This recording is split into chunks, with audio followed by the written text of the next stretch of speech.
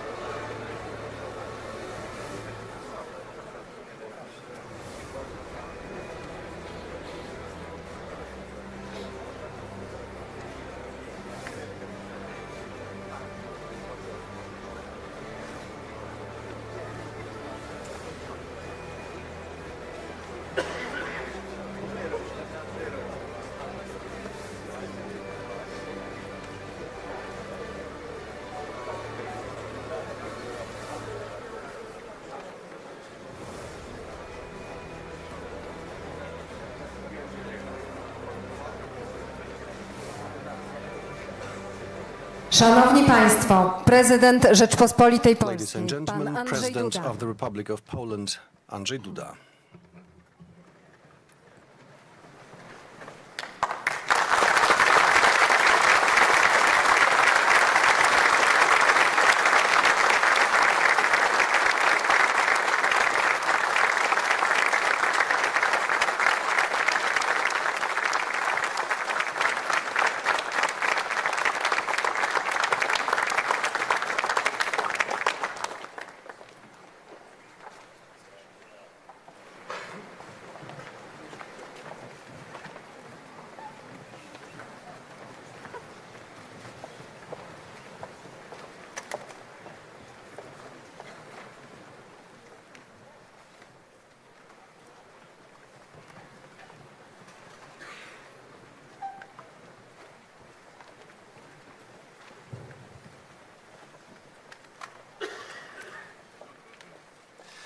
Szanowni Państwo, witamy Państwa Ladies and gentlemen, dear bardzo serdecznie na delegates, samorządowym warmest welcome. This is the kongresie third edition Trójmorza. of the Three Po raz Seas trzeci Local spotykamy się Government w pięknym, Congress, przyjaznym and it's the third Lublinie, time that we're aby convening kontynuować here międzyregionalny in Lublin to format continue współpracy this interregional inicjatywy cooperation Trójmorza. A format witają of the Państwa Three Beata SI. Chmielowska-Olech. Beata Chmielowska-Olech Grzegorz Miśtal. and Dzień Grzegorz dobry. Miśtal. Good morning. Szanowni Państwo, w tym roku dyskusja będzie Our discussion this year koncentrować will się wokół address zagadnień aspects of bezpieczeństwa macro-regional makroregionalnego, security. bowiem współpraca regionów Trójmorza This z regionami cooperation of the three SI regions stanowi with the przecież Ukrainian ogromną regions wartość. provides a great Wszyscy added mamy value, nadzieję, że which doprowadzi we to hope will Ukrainę do lead jak to najszybszego Ukraine's wstąpienia do Unii entry Europejskiej. in the EU. What is more, this edition of the Congress is inextricably linked to the most important infrastructure project of the initiative, the Via Carpatia Expressway, named after Polish President Lech Kaczyński. It cuts through Lubelskie, as you know, which is the host of this Congress. Yes, indeed.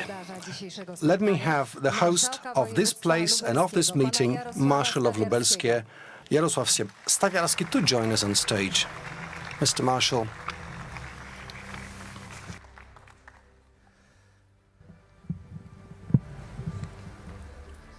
Szanowni Państwo, Ladies and gentlemen, I'm glad indeed to be able to welcome you to the third edition of the Three Seas Local Government Congress in Lublin. I'm very happy to see so many delegates here. I also extend my greetings to all participants who are listening, who are watching online. Let me welcome President of the Republic of Poland, Andrzej Duda. Thank you, Mr. President, for joining us today. marszałek Sejmu panią Elżbietę Witek, The Speaker of the Sejm, Elżbieta Witek. minister edukacji i nauki profesor Minister of Education and Science, Professor Przemysław Czarnek. Witam posłów oraz senatorów. I want to extend my warmest welcome to members of Parliament and members of the Polish Senate. Witam panią poseł, naszą panią poseł. We also have with us Europejskiego, our panią Beatę Mazurek. member of the European Parliament. I say our because she was elected in Lubelskie, Beata Mazurek. Szefa Kancelarii Prezydenta A Rzeczypospolitej deputy head Polskiej, pana of the Piotra, Chancellery of the President of the Republic of Poland, Piotr Ćwiek. sekretarza stanu, szefa Biura Polityki Secretary of State and Head of the International Policy, Mr. Marcin Przydacz. panią Agnieszkę Kaczmarską, szefa Kancelarii Agnieszka Sejmu. Kaczmarska, Head of the Chancellery of the Sejm. Jest z nami online We also have with us Ministerstwie Infrastruktury online pan Under Andrzej Secretary Bittel. of State Serdecznie with the witamy Ministry of pana Infrastructure, ministra. Mr. Bitter. Witam Good morning. podsekretarza stanu Under Secretary of State w Ministerstwie Spraw with the Ministry of Foreign Affairs, Government's Plenipotentiary for 3SI, Mr. Paweł Jabłoński.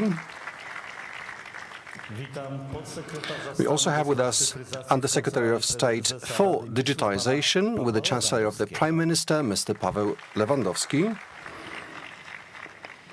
Witam generała broni Wiesława We also Kukuła, welcome generalnego rodzaju General zbrojeń Kukuła, Związku General Narodowej. of the Polish Witam przedstawicieli Army placówek dyplomatycznych and w Polsce, members of the ekscelencje diplomatic ambasador corps in Republiki Poland, Litewskiej, Eduarda Ambassador of Lithuania, Borisowasa, Mr. Borisovas, Republiki Mołdawii Igora Ambassador of Moldova, Mr. Podiu, Republiki Bułgarii Margaritę Ganewę, Republic of Bulgaria, Mrs. Geneva, Republiki Estońskiej Ambassador of Estonia, Haliasa, Mr. Halias, Republiki Rumunii Stefana. Ambassador of Romania, Mr. Poroyan. Witam wojewodę lubelskiego. We have Governor of Lubelskie with us, Mr.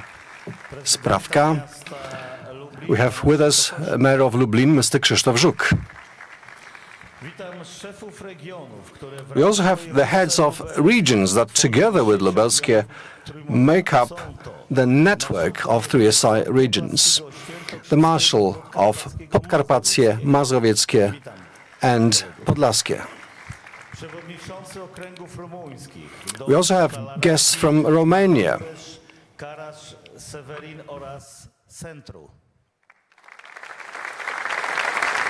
przedstawiciela kraju We have representatives of the oppressive country in Slovakia, z Litwy, and also guests from Poneviež, Lithuania, liczne delegacje z Ukrainy, and delegations from Ukraine, led by the heads of Khmelnytsky, Zakarpatsky, Lviv, Volhynia, and Rivne oblasts.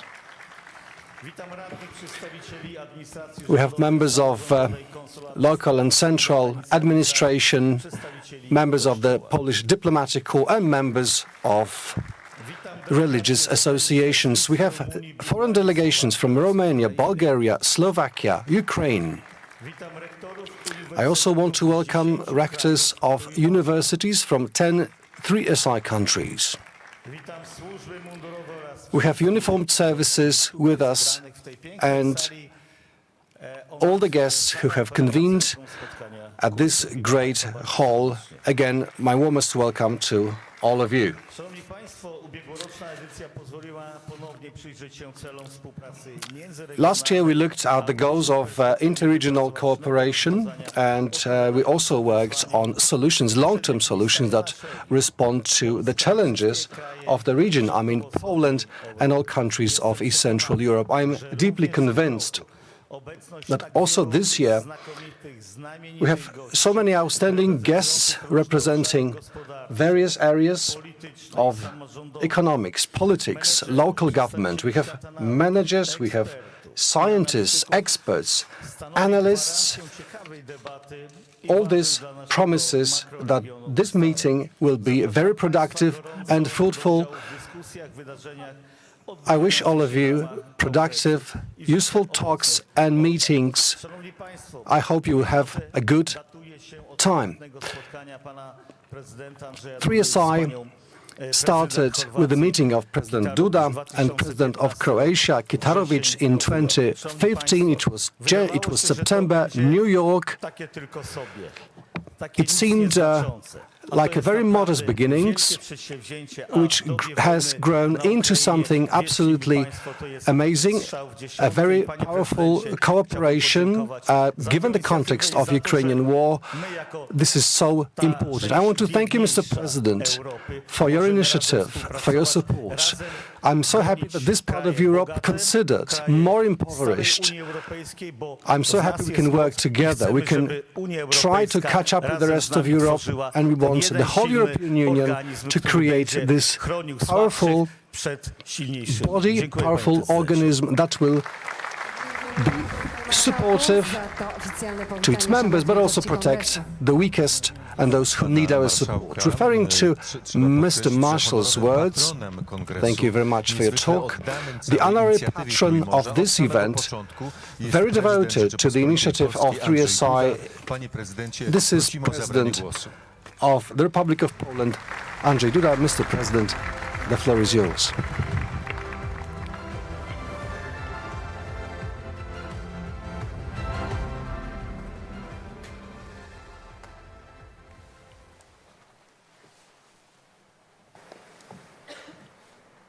Wielce szanowna pani marszałek Sejmu, Distinguished Madam Speaker of the Sejm, szanowne panie i panowie posłowie i honorable senatorowie, deputies and senators, wielce szanowni esteemed panowie ministrowie, ministers, szanowna pani poseł do Parlamentu distinguished Europejskiego, deputy to the European Parliament, szanowny panie marszałku, dear panie Madam, wojewodo, distinguished Mr. panie Marshal, prezydencie Mr. miasta Voivod, Lublina, Mr. Mayor of the City of szanowni Lublin, panowie marszałkowie distinguished marshals województw of Rzeczypospolitej voivodeships of Polskiej the Republic of Poland, i przedstawiciele and regionów representatives zaprzyjaźnionych of the współpracujących w ramach friendly Trójmorza. regions cooperating as part of the Three Seas Initiative, Ekscelencje, szanowni panowie Your ambasadorowie, Excellencies, distinguished ambassadors, wszyscy dostojni zebrani goście, esteemed guests, drodzy przyjaciele, Dear wielce szanowni friends, państwo. ladies and gentlemen. Jest mi Niezmiernie miło, że It is my distinct pleasure tutaj z Państwem w Lublinie to be able zainaugurować to inaugurate, trzeci together with you here in Lublin, the third edition of the Three Seas Local Government Congress. Over the last couple of years, this event has become a vital platform for the exchange of experiences and discussions about regional cooperation in our part of Europe. Pamiętam znakomicie I vividly recall the first edition of the Congress from June 2021. spotkanie to było That very meeting was organized in a time of pandemics, challenging to all of us.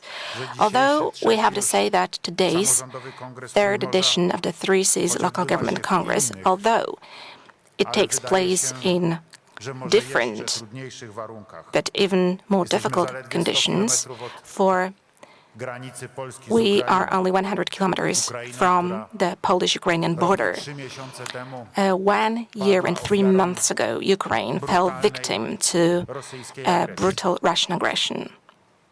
To także dlatego dzisiaj This is also the reason why bezpieczeństwo today jest głównym tematem security właściwie is wszystkich the naszych main spotkań. topic Mówię of all naszych w our szerokim tego meetings, słowa znaczeniu, obecnych tutaj. ours in the broad context of this world, meetings of the politicians of the central level and regional level present here. So we discuss the topic of security everywhere because all those elected in democratic elections, all of us, have got one deep conviction, namely that the most important goal of our actions is to ensure security, peace, and the biggest possible welfare to our co-citizens. This is, without any doubt, the most important najbardziej oczekiwana and także przez tych, którzy nas the wybrali most rola. awaited role Tego, krótko mówiąc, by those who elected od nas us chcą, to our offices. abyśmy So, zapewnili briefly speaking, bezpieczeństwo, this is what people abyśmy expect from us. zapewnili They dobrobyt, want us to abyśmy ensure security, byli welfare. wizjonerami, którzy They umieją want patrzeć us w to be przyszłość, nie visionaries, tylko na to, able co to jest look tu i into the teraz. future, not only concentrating tylko on ocenić, here and now. Czy dzisiaj jest lepiej, We are supposed not czy only to gorzej niż assess było whether the situation kilka today is better or miesięcy, worse than it kilka czy was a kilkanaście couple lat of temu. months ago Ale or którzy several years umieją ago. także spojrzeć w But przyszłość i we are dzisiaj expected już to be the podejmować ones who are takie able to look into the decyzje i takie future and to działania, make decisions and to take such steps already today, na which will spokojny i bezpieczny allow people to develop in peace and calm.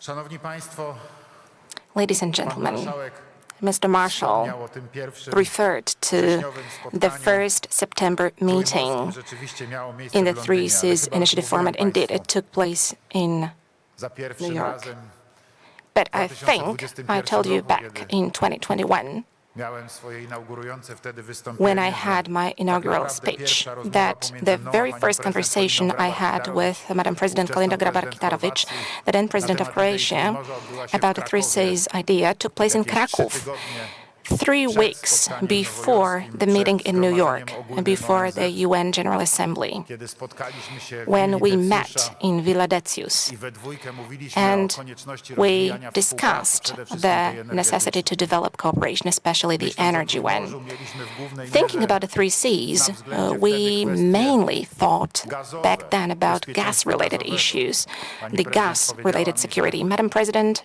shared with me that she was trying to establish a gas pipeline on the island of Kirk in Croatia, and that she wanted very much to establish a link between that gas pipeline and our gas pipeline in Świnoujście, which was under construction back then, but already at that time we knew that it would be established soon. Today, this is a fact. And also today, Poland has got its shares in the Rijeka seaport in Croatia.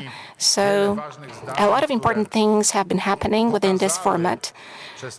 And that has shown throughout all these years how important that cooperation has been. I'm deeply grateful for the fact that this cooperation is going on not only at the presidential level, not only at the level of prime ministers, but also at this local government level.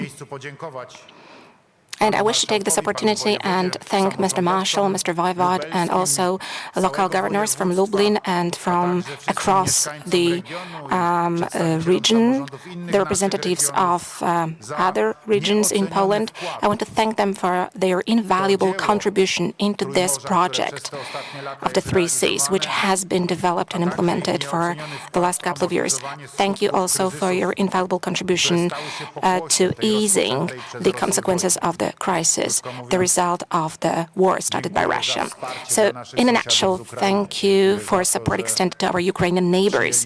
Thank you for welcoming them to your homes. Thank you for organizing the possibility for them to survive here in Poland, in the neighborhood. Thank you for opening your hearts. Thank you for preparing places for them to live. Thank you for giving them jobs. And thank you for supporting them in this exceptionally difficult time.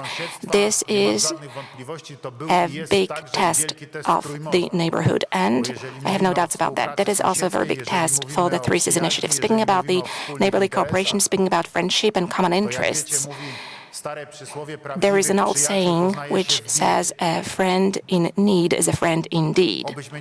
So may we never have to get to know each other in need. I believe strongly that we are going to be friends who will implement this exceptionally important task, the task of building the security and prosperity of our citizens, co-citizens, the residents of our countries, and the population of the 3 Cs countries.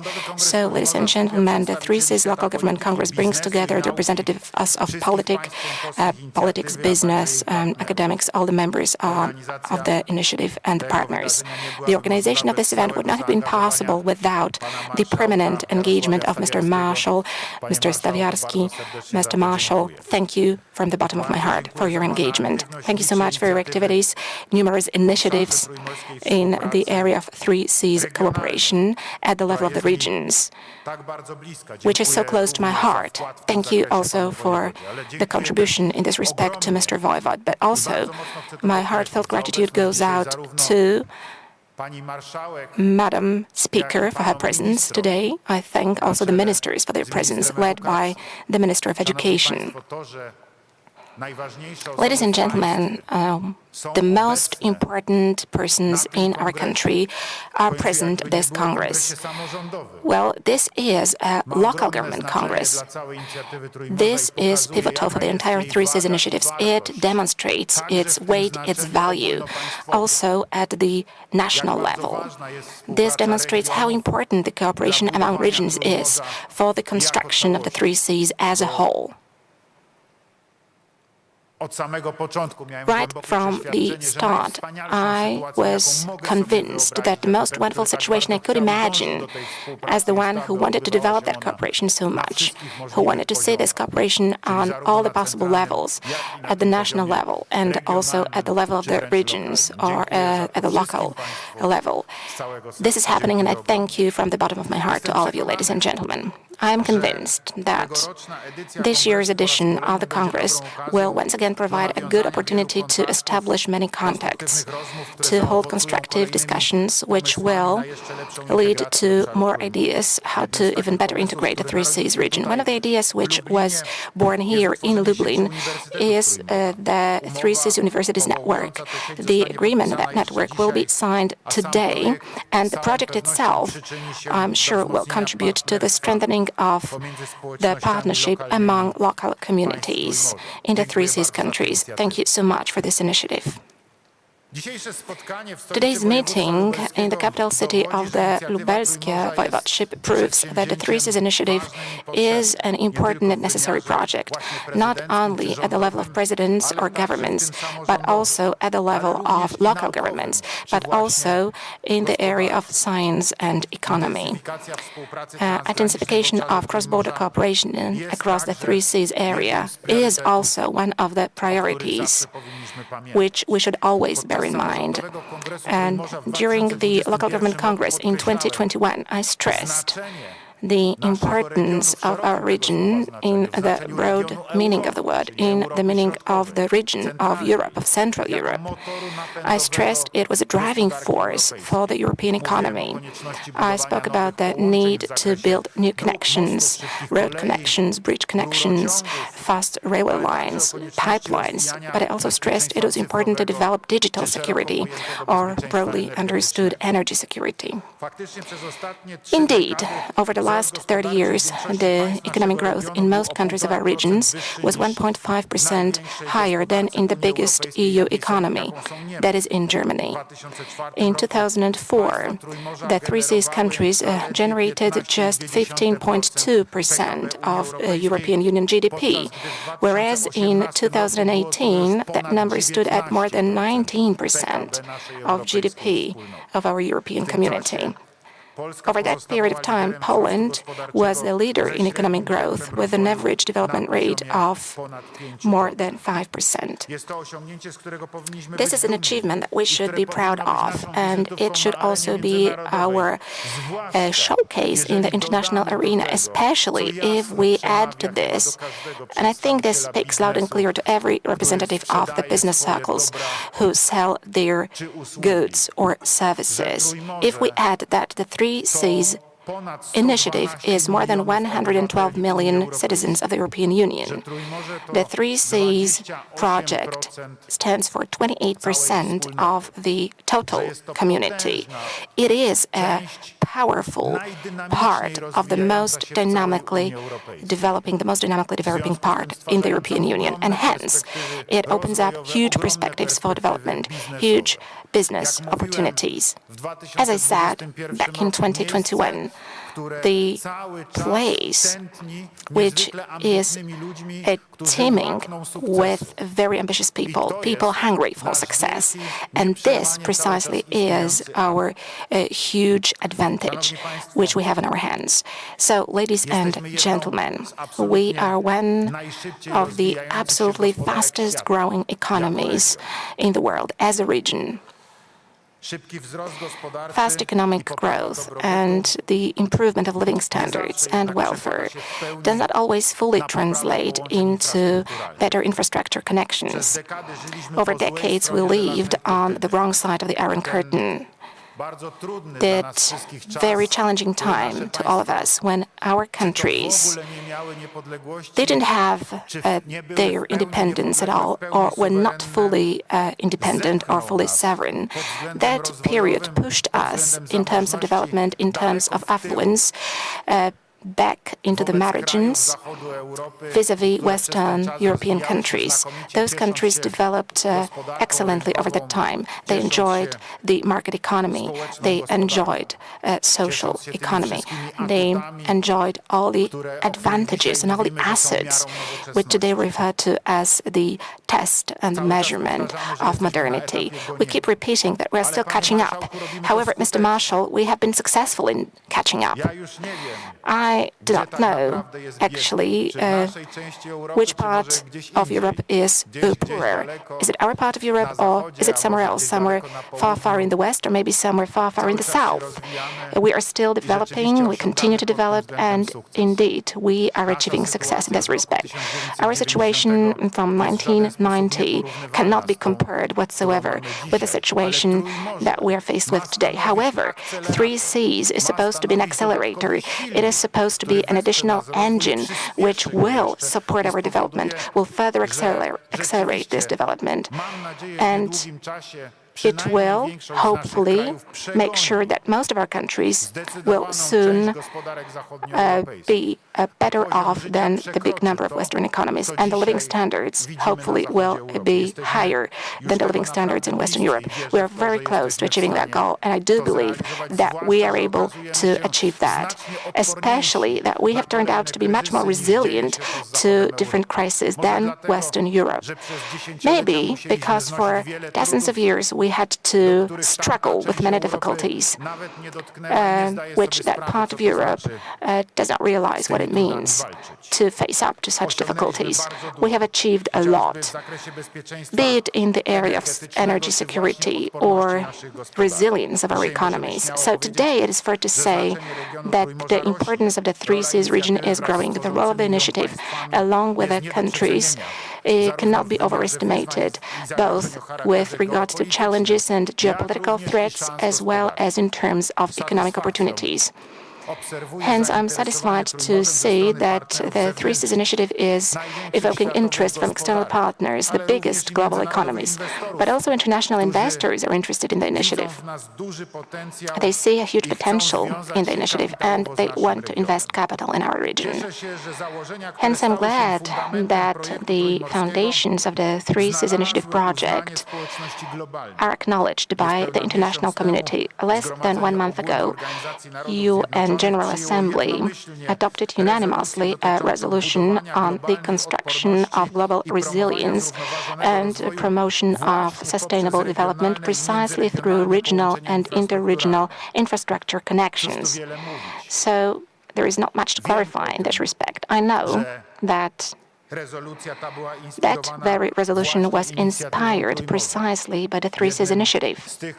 One of those who were working on that resolution and those who can say that they are the co-authors of it is our ambassador and my colleague, our friend, Professor Krzysztof Szczerski. I'm glad that I'm able to say that in this forum and express my gratitude to Krzysztof for this extremely important initiative. Thanks to this initiative, the idea of pursuing such cooperation as the Three Seas cooperation it has got a global importance right now because Japan as well as South American countries have joined that resolution. I'm proud that the experiences of Poland and our partners from the region are a guideline, have become a guideline for the entire UN system. But I'm even prouder to say that the Three Seas initiative has already proven its worth in practice. One of the undeniable successes of the initiative is the creation of strategic technical infrastructure, which has allowed us to build the resilience in the region in such a way that the Russian blackmail connected with cutting off gas supplies to Poland turned out to be ineffective and inefficient. Thanks to wise investments, we have boosted the security of the European Union as a whole. In autumn, Russians turned off the tap on the gas pipeline and thus violated the agreement that they had entered into with Poland, an agreement for gas supplies. That agreement was supposed to be binding till the end of the year, and suddenly it turned out that not only Polish industry and Polish households were functioning, but it also turned out that there was no shock felt outside of Polish borders, although that was a central pipeline running from the east to the west and going further to Western Europe. Thanks to the interconnectors that we have in place, we were opening those interconnectors at the last moment, actually, because the gas interconnector between Poland and Lithuania was opened last year. Thanks to the construction of the Norwegian shelf gas pipeline through Denmark, the Baltic pipe to Poland, it turned out that thanks to all those projects, we were able to cope even in such a situation where the agreements were violated and when gas supplies were cut off overnight. This is something that we wanted to achieve. This is called full diversification. This is what we can really call energy security. I hope that precisely thanks to the cooperation that we will further pursue within the Three Seas initiative, we're going to strengthen it further. Ladies and gentlemen, energy connections, road and digital connections developed as part of the Three Seas initiatives are part of the EU priorities. They demonstrate that this initiative is a pro-European project and it is complementary to with the entire European integration. However, the idea of the Three Seas initiative, the very spirit of the project, goes far beyond the borders of the European Union. At the last year's summit in Riga, we took a historic decision to grant the status of a participating partner to Ukraine, a partner participating in the Three Seas initiative. We unanimously decided that we stand with Ukraine and that we are going to support its fight for sovereignty, territorial integrity, and its integration with EU structures. This new kind of partnership is aimed at integrating Ukraine into the implementation of investment projects, which are being developed in the border areas of the European Union. Through the Three Seas initiative, we can complement the missing energy connections, road and rail connections with Ukraine, especially through the construction of byroads of the Via Carpathia route and the construction of fast-speed railway lines connecting big urban centers in Ukraine.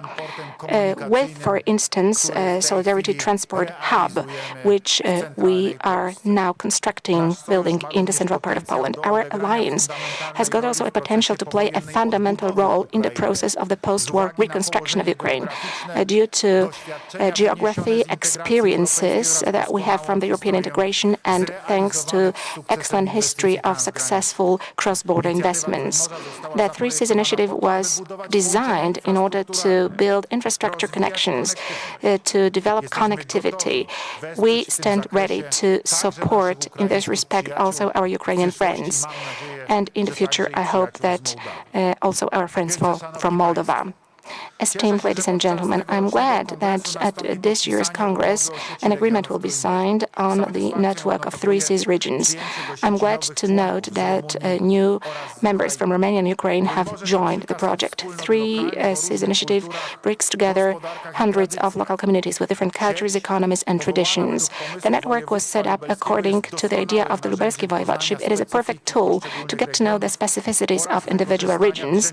It also allows to use and tap into the potential of the regions. I'm convinced that the document, which will be signed tomorrow, will bear fruit and generate different projects in the area of infrastructure, economy, and culture, with a benefit for the interested parties and for the entire Three Seas area.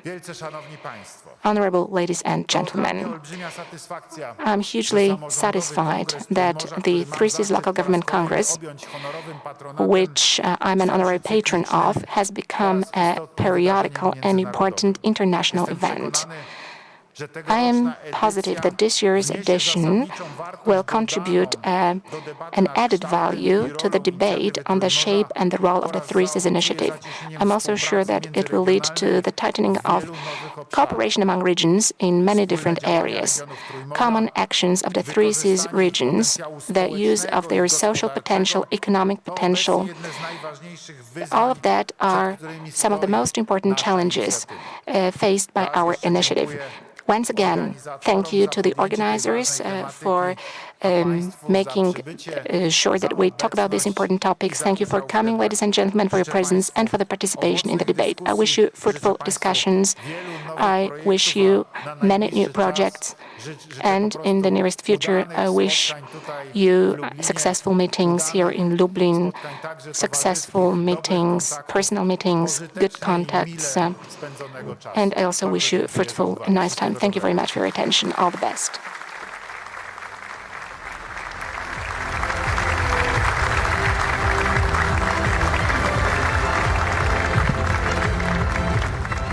Dziękujemy, panie prezydencie, za te ważne, inspirujące... Thank you, Mr. President. That's been really inspiring to hear.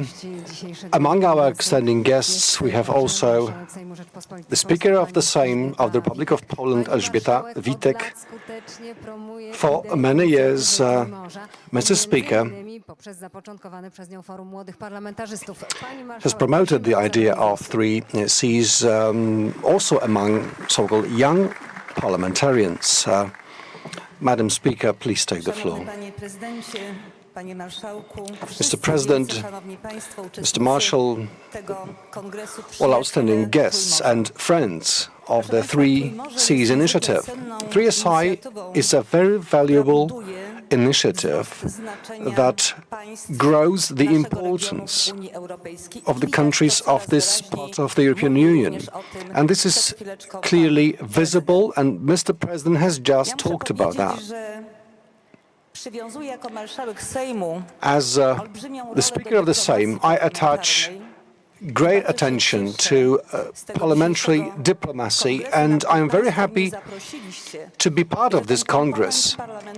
And I'm happy that this parliamentary component is integrated in this session and all these sessions. As the members of the 3SI, we cherish our shared identity. We have many past shared experience. And what is most important, we have a sense of potential. We do have a potential. Our nations, our people have it, and we cannot waste it.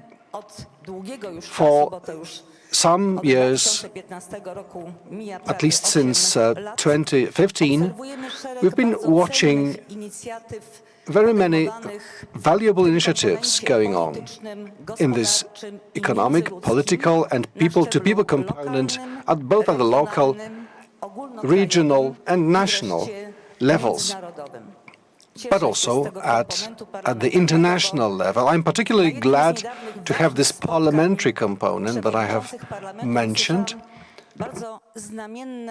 At a recent meeting of parliamentarians, someone said, when parliaments come together, it's like nations coming together. As deputies, members of parliament, we have a direct mandate of our voters. Sometimes we can do more than our ministries or prime ministers through people-to-people contact, but also our commissions cooperating. We can work together and forge very strong relationships to create positive climate for our country leaders to meet and talk. We can also cover the most relevant issues, and we want to speak one voice on matters that are most relevant, not only on the European Forum, but also beyond. Together with my colleagues, the heads of other parliaments, we were wondering how to make our parliaments more active as partners to the 3SI initiative. And we decided to establish a parliamentary forum of 3SI that might convene before 3SI summits. And indeed, it happened. We met for the first time in 2021. It was the heads of foreign commissions, parliamentary commissions, who came together. It was in Estonia. Later, we followed up with a Polish initiative to see whether young parliamentarians of 3SI countries have a similar approach. So our Polish initiative here in Warsaw, particularly Mrs. Kubiak, Mr. Milewski, Mr. Tułajew, who are here in the room, together we set up the initiative that we called a meeting of the youngest parliamentarians of the 3SI countries. And these young people, they have a lot in common. They know no limits. They found common ground very quickly. They established quick and direct contacts. I know these contacts have been maintained until today. And during those two-day meetings, they covered very relevant issues. They talked about infrastructure, they talked about digitization and IT.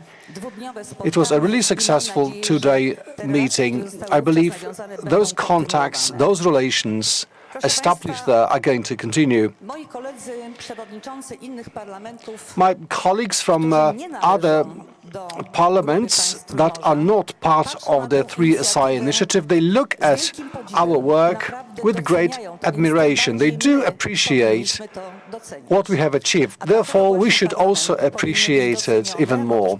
And why parliaments should be particularly valued as contributors to the initiative? Well, there are presidential summits, there are ministerial summits, but at some point you have to adopt laws, specific laws that push ahead our projects, our investment initiatives, and I mean not only economy but also security. Therefore, parliaments have a great role to play as we make law, and we must be part of this great undertaking that is 3C's initiative. I must say, I do appreciate, and I also want to express my gratitude for allowing us to have this parliamentary component in this forum.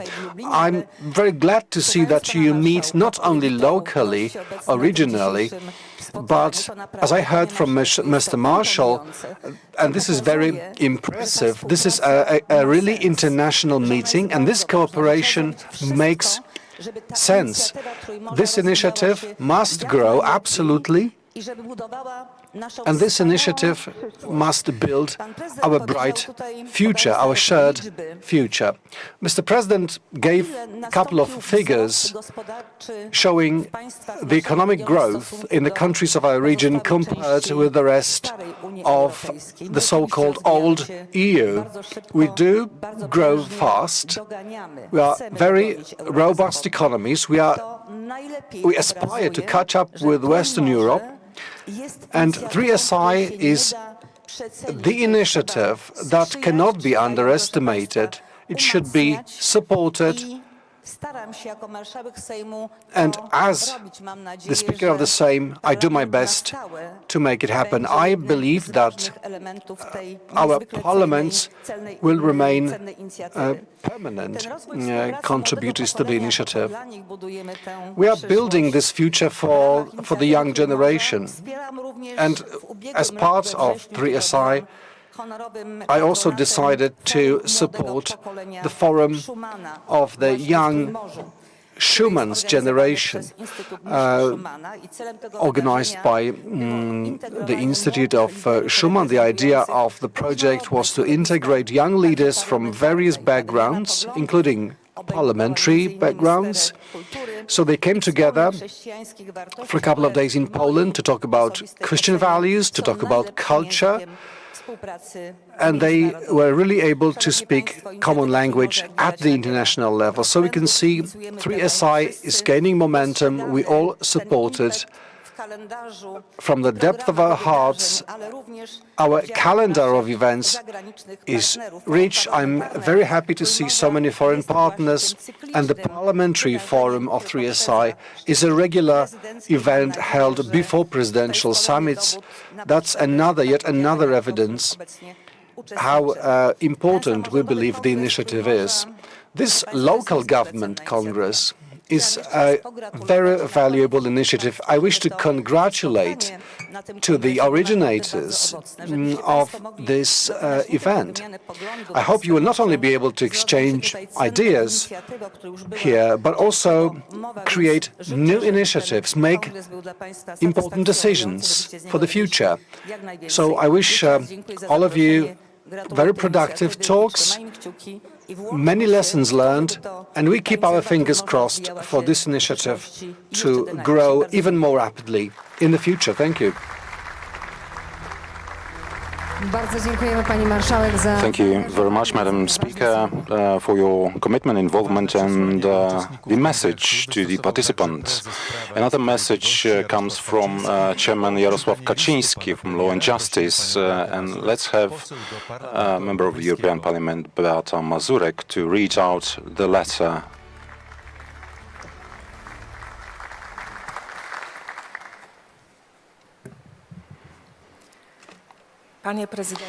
Mr. President, Madam Speaker, Ministers, Members of Parliament, Mr. Marshall, Mr. Governor, all distinguished guests. It's my pleasure and honor to address you on this special occasion of this year's edition of the Three Seas Local Government Congress. I'm really glad to see that you are gathering here together for the third time in a row, and the network of 3SI countries, nations grows. We are a family living within the borders marked by the three seas. We are connected by the heritage, by history, by geopolitical location, but also the perspectives for the better future. We are united by the wishes and desire to make these locations and histories an advantage, which was not always the case. The strategic goal to achieve that is to build infrastructural connections on the north to south, the axis to boost the importance of our region in Europe. We share aspirations and dreams. We want these lands inhabited by 3SI nations to be a space of freedom, democracy, prosperity and well-being. For several years now we have been going in that direction. Unfortunately, for more than a year, this region of Europe has been facing danger, threat from the east. So if we want to make our ambitions true, we need to face the barbarian aggression of Russia against Ukraine. Otherwise, we won't be secure. The 1st of September last year in Westerplatte, my late brother, President of the Republic of Poland, Lech Kaczyński, said, "We must not subside to imperialism or even the tendencies for imperialism." Not always, of course, not as in Munich.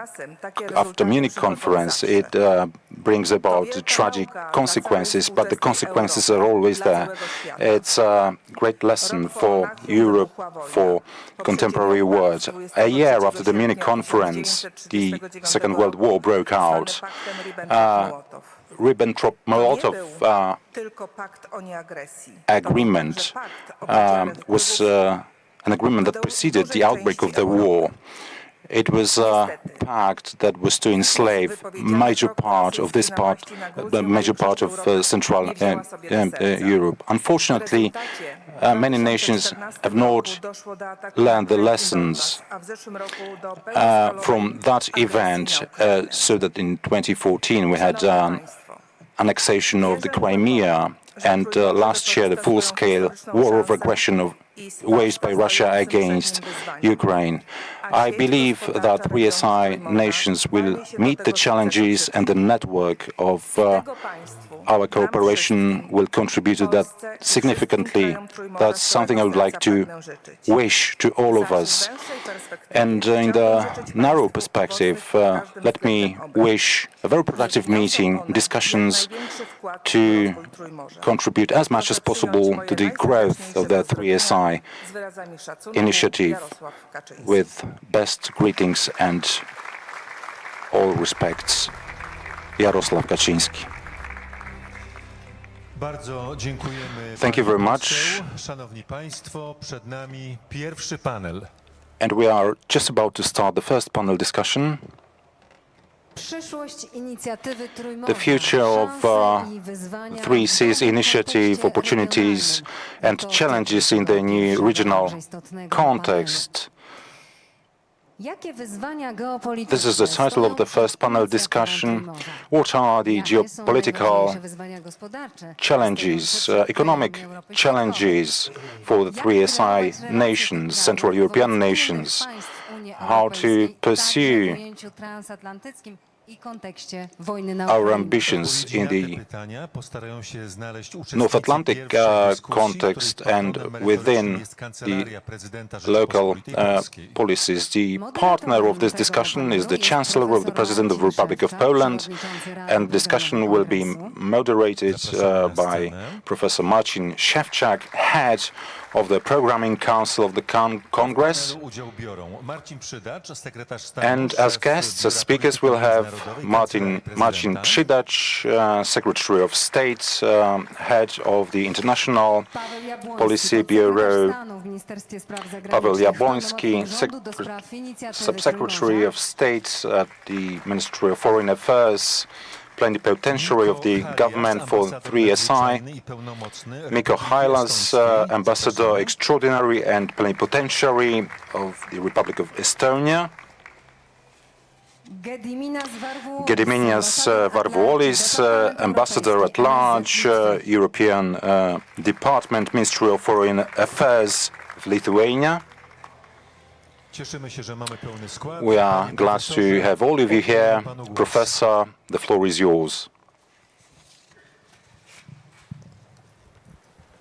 Szanowni Państwo, Ladies and gentlemen, the current geopolitical situation shows us clearly that the macro-regional cooperation matters for 3SI are an opportunity for security of this region, but also an opportunity to grow in economy and in social terms.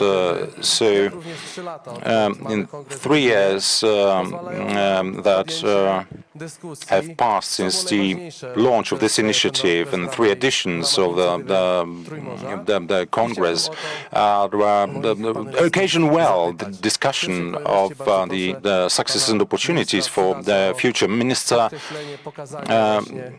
Mr. Minister Przydacz, in your opinion, what has been the contribution of these years in the growth of the initiative? Thank you very much for the invitation to this important discussion. Mr. President talked about the kicking off of this initiative 2015, first meetings with Madam President of Croatia.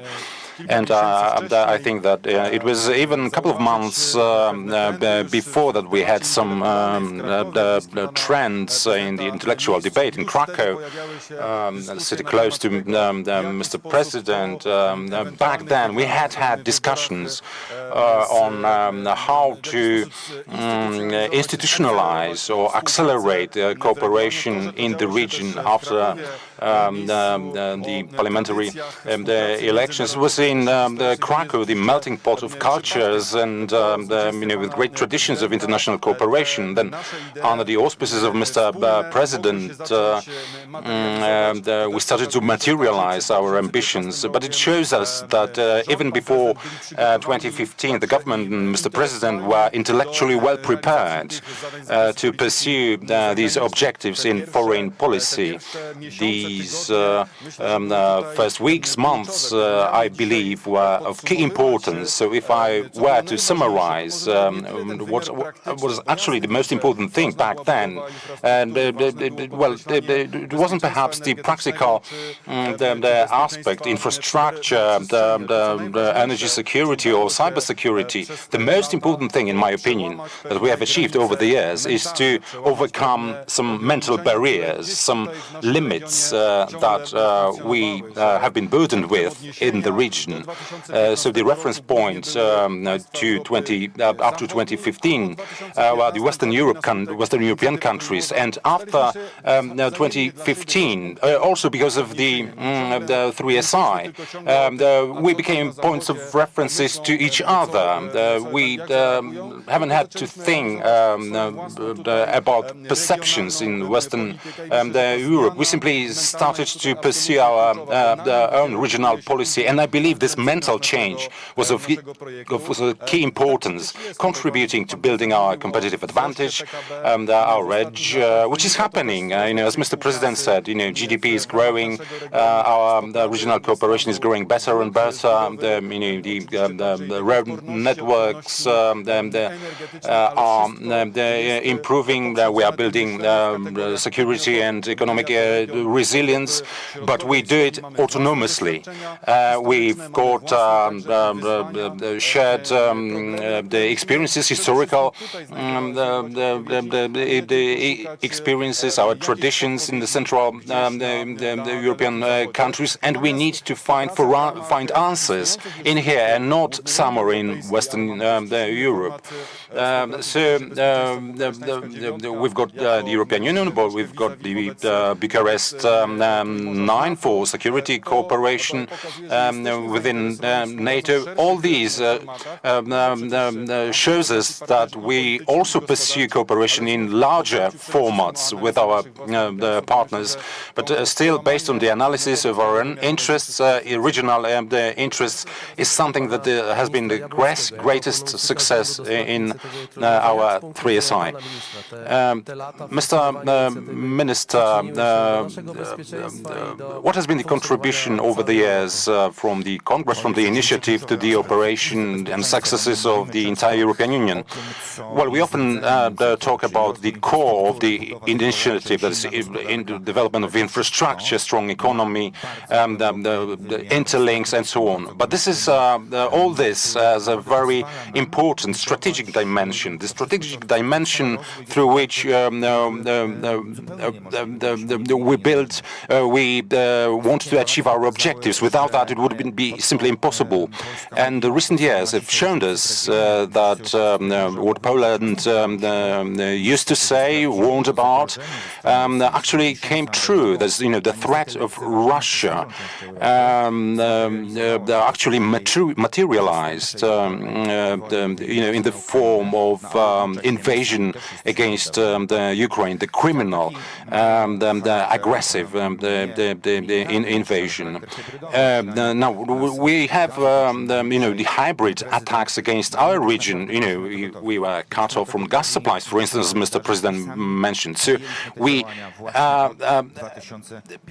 were actually aware of those threats before. That's why we started the various initiatives to diversify our energy supplies, the Baltic pipe, interconnectors with Lithuania, with Slovakia, with Czechia, and all the countries of Central Europe want to get independent of Russian energy supplies. And because of that cooperation and because of that effort, it was easy for much to withstand the pressures last years. But we need to be aware that these threats continue to exist. And those who remained ignorant of these before, now it has dawned on them that we need to face them effectively. Today, we've got the challenges for the digital infrastructure, for security infrastructure, and our region is the fastest growing region in the European Union, which is due to the highest level of innovation. We made a leap forward, something that was impossible for us, in the Soviet bloc. But over the last decades, we speeded up, we accelerated our growth. For digitization, for instance, Estonia is perhaps the best example, the flagship country to boast about that. But Poland has done its homework as well.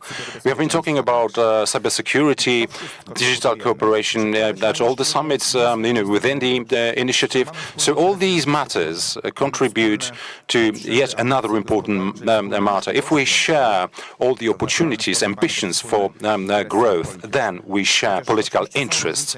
Of course, there are differences between our nations, as everywhere in the world, but Central Europe is getting more and more integrated, is getting stronger and stronger, articulating, expressing its regional interests versus our partners in the European Union, versus our partners in the NATO, and I hope that it will continue in the coming years, because the recent years in the 3SI have proved that the initiative is really needed. We've got the first floor of the initiative built. Now we need to build on that.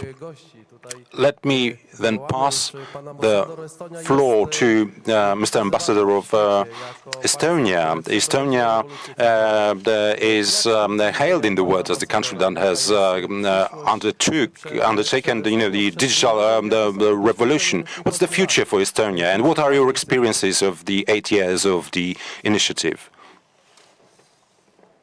Thank you very much. It works, right. First of all, let me take a step back. My first point would be that all that has been said here before applies to Estonia to a very large extent. If you look at the map, we are the smallest, topmost thing on the map there, which means that also for us the questions of interconnectivity are very important. The infrastructure interconnectivity, energy interconnectivity, and also digital interconnectivity. With all of these, 3Cs initiative has been very helpful. The fact that 3Cs area is the most dynamic area in the European Union is also something that makes it very valuable for us when we look into the future. Another additional point now that has made this initiative more important than it maybe used to be is the Russian war against Ukraine. Because that, on one hand, increases the importance of somehow linking Ukraine more to this dynamic community that we have in this 3Cs region and to create more synergy with Ukraine. That will also feed into the fact that we have to start thinking how 3Cs initiative can contribute to future reconstruction of Ukraine, not only physical reconstruction, but also institutional reconstruction, mental change, all these things that have to be done, mental transformation, I mean. So from that point of view, 3Cs has a high value for us. And we are also very happy that Ukraine is a partner, and that also shows that we have to think now quite thoroughly how we address the future partnership, Ukrainian partnership, what we do with it, what should be the strategy for future partners, current partners, and all these things we will have opportunity now to discuss also with the upcoming summit in Bucharest. I will leave it at that because time is running, and if there is a time for another question, then we'll discuss. Thank you. Dziękujemy. Pan ambasador podkreślił tą ogromną wartość dla Thank you very much. Mr. Ambassador underlined the great value that the initiative has for Estonia, and then the support that and then strategy for Ukraine. But let me tell you this: we are in Lublin, where the Polish-Lithuanian union was established. So we have 100 years of tradition behind joint cooperation in the region, and the shared history, tradition, and culture are elements that connects us. So my question to you, Mr. Ambassador, from the point of view of Lithuania, what are the perceptions of 3SI? What are the experiences of being in 3SI on the governmental, presidential, and inter-regional cooperation level? Well, it's always good to be back in Lublin, next to the Place Litewski. Indeed, a place loaded with common history between Poland and Lithuania, but also for the whole region of Central Europe. I think it's not by coincidence that we talk about the 3Cs initiative in this place. I think the 3Cs initiative really has been a visionary endeavor. Because in the globalized world, connectivity is really the key factor of moving forward for the humankind, for various regions. And I think with this 3Cs initiative, actually our part of Europe has been a precursor of and pioneer in the area of connectivity, because only later, the world frameworks came with their own connectivity initiatives. If you take the European Union, only a couple of years ago that they started talking about the global gateway, the way how Europe would connect to the rest of the world. In the G7, there are also initiatives, the Global Partnership for Infrastructure Investments. The Japanese, they have their Quality Infrastructure Initiative. All those initiatives, they came years after we here in the region figured out that connectivity is the way to improve things. Just think what would have been in this region without the Three Seas Initiative in view indeed of this brutal aggression that Russia waged on Ukraine. I think with this initiative we made ourselves a service by improving the resilience of the region. Of course, there is still a lot of work to be done, but I think if we look at the record of the Three Seas Initiative, many things have been achieved, many things have been put in place. And I think it's important also for this initiative, I think it's important that we think about this initiative not only in terms of catching up or filling the infrastructure gap to reach the level of the Western Europe, but we should think about this initiative as an initiative that would set the trend, as a trend setter, that would dictate the fashion basically in the area of connectivity, because we developed this culture of working together and achieving things together. And I think we should really move forward with that. We should start talking in the Three Seas Initiative about harmonization maybe of our practices. Regulation has been mentioned. I think this is the area where we should also proceed about how what are our standards, joint infrastructure standards, how we issue the permits for constructing some particular infrastructure. So I think there is really a way for this initiative to continue to perform this pioneering role that it has been doing so far. Thank you. Dziękuję bardzo. Pan ambasador wskazał, że trudno wyobrazić sobie, w jakim dzisiaj znajdowalibyśmy się. Yeah, Mr. Ambassador said it's hard to imagine where we would be today if not for the 3SI initiative. And again, we meet here at Lublin, and again, this crisis still continues. So a few words of summing up. We're talking about the future of 3SI. So what is the major challenge for the future for our initiative? Just 1-2 sentences. We're not sure how long the conflict in Ukraine is going to continue or the geopolitical crisis is going to last, but just a few words. Well, the two major challenges I can see, if we look at the map of Europe, this map of 3SI, if we look at the eastern border of our region, east of the region, there is a sphere of instability. No region is able to grow, having this pressure of instability in a neighboring country or region. So together with the government, we diplomats, we try to broaden this sphere of stability beyond our eastern border. And this struggle today going on in Ukraine, that's why we help Ukraine, not because only because they're our friends, but also we have our own interest, geopolitical interest in doing so. Another challenge is the so-called medium growth or mid-growth trap. Many business people west of this part of Europe perhaps envisaged a role for us as a resource, partly a market for commodity, but also source of qualified staff. So we have to counteract these stereotypes.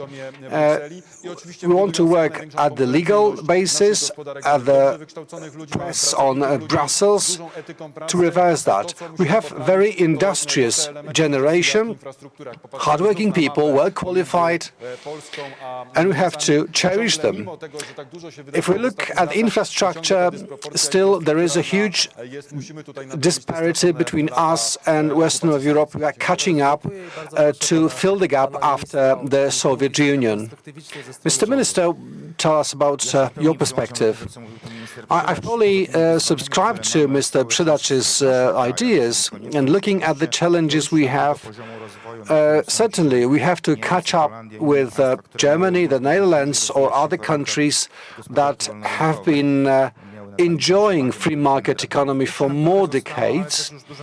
So there is less to be done, and certainly less than 10 or 20 years ago. And what is of key importance in the coming years, and maybe it sounds like a paradox with all the bad consequences of the war, this war can give us a chance for a better growth, and this chance is in the reconstruction of Ukraine, because Ukraine, as very often President Zelensky or members of Ukrainian government say, it's not only about restoring what was before, they say it should be the building of a better, of a modern state, not only in terms of infrastructure.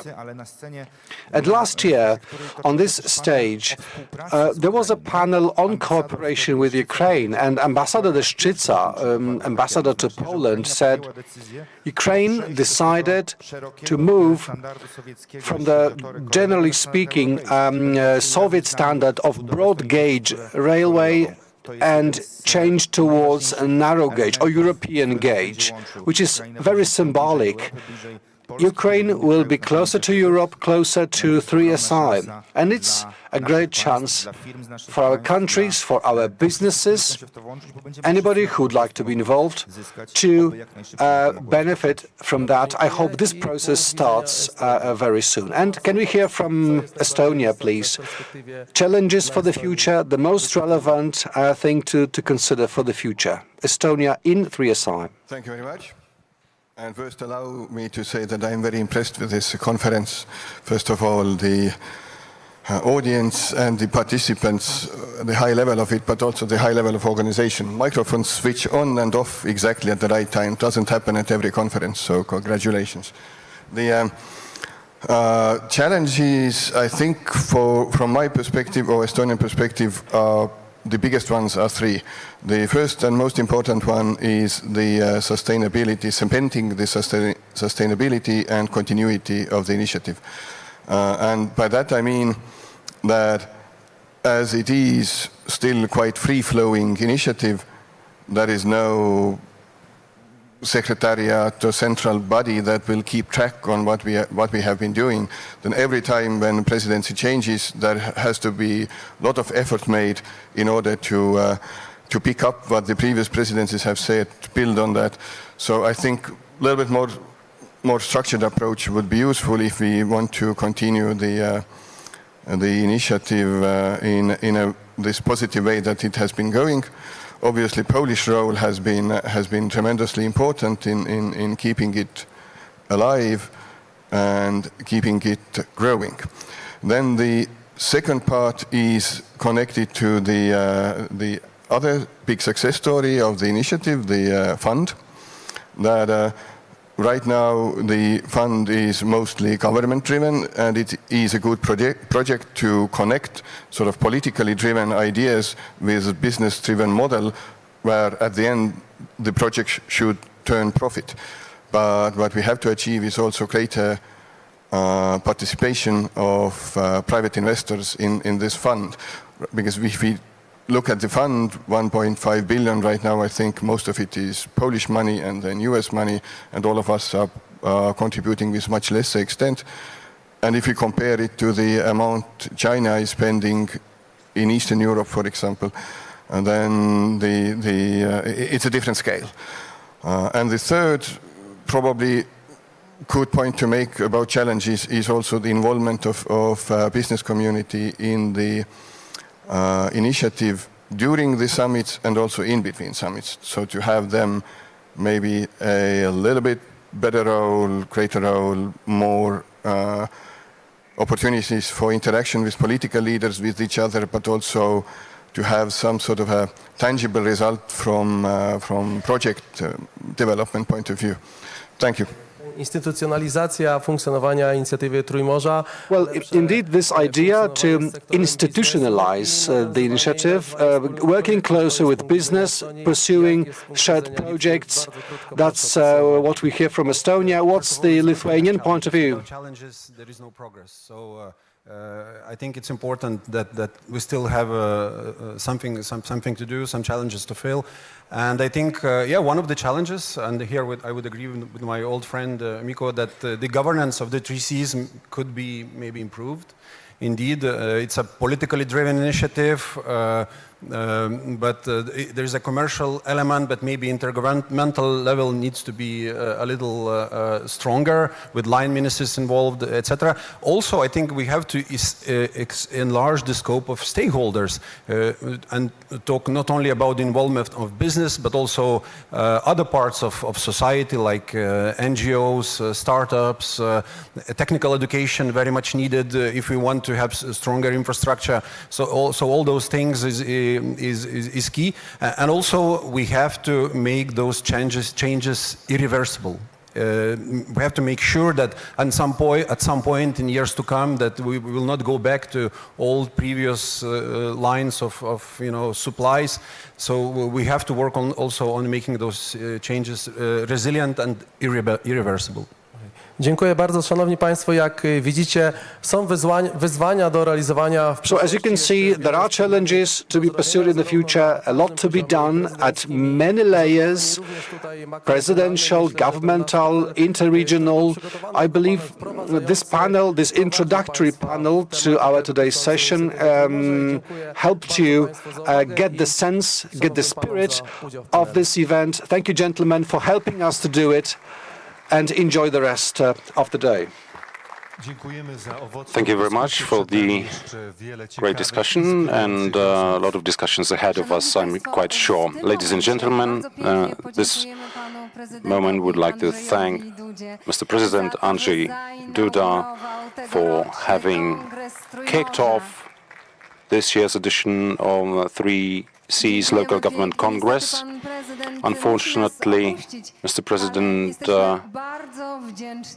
has his duties and needs to leave us, but thank you very much for being with us, Mr. President.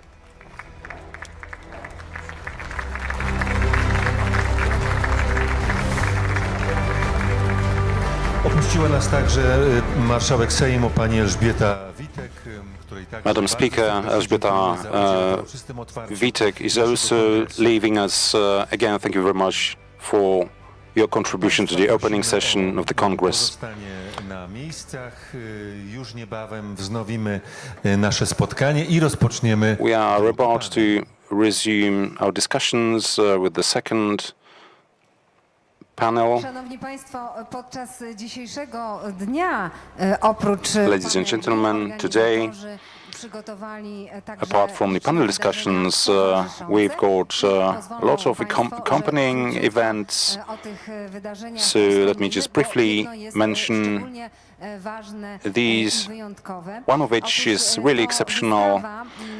It's an exhibition of Ukrainian artists in a Kharchuk of the Rovny Oblast, entitled Heritage, with oil paintings concerning identity, history and family. What's also important, these paintings can be bought, and 20% of the proceeds will go to United 24 Foundation, established or initiated by President Volodymyr Zelensky. These funds will be earmarked for the support of the fighting Ukraine.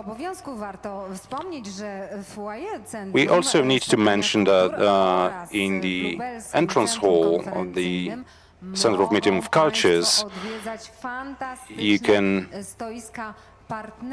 visit the stands of the fantastic partners of the Congress. Perhaps we will give you a list of the partners. The strategic partners of the Congress are KGHM, Polska Miedź, PKN Orlen, PKO Bank Polski, PZU, Partnerami wydarzenia zaś są with Agencja partner Rozwoju status Przemysłu SA, for Bank Gospodarstwa Krajowego, Industry Development Agency, Bank Gospodarstwa Krajowego, Bank PKO SA, Lubelski Węgiel Bogdanka, Enea SA, Grupa Azoty Puławy Giełda SA, Papierów Wartościowych, Stock Exchange, Grupa Spożywcza, właściciel marki Krajowa Polski Cukier, Grupa Spożywcza, LHS, Grupa OX2, Polska OX2, Agencja Informacji Handlowej, Grupa I PFR, PFR Group, Polish Trade Information Agency, PFR Portal PPK, PGE, Polskie Koleje Państwowe Polish SA, Railway Company PKP, Totalizator Sportowy, SA, właściciel marki Lotto. and I tu Totalizator należą się wszystkim Sportowy. partnerom ogromne We would like brawa, które to Państwo prosimy. thank all the partners for their support. Please applaud our partners. Drodzy Państwo, i powracamy do But merytorycznej now getting części back naszego to spotkania. Inicjatywa Trójmorza our debates, to także the bardzo istotne kwestie Three Seas związane Initiative z ochroną means zdrowia i z bezpieczeństwem very important lekowym matters Europejczyków. of drug security and healthcare for Europeans. We would like to ask you to take your seats as we've got Minister of Health, Mr. Niedzielski. Panie ministrze, serdecznie prosimy o zabranie Mr. głosu. Minister, please, the floor is yours.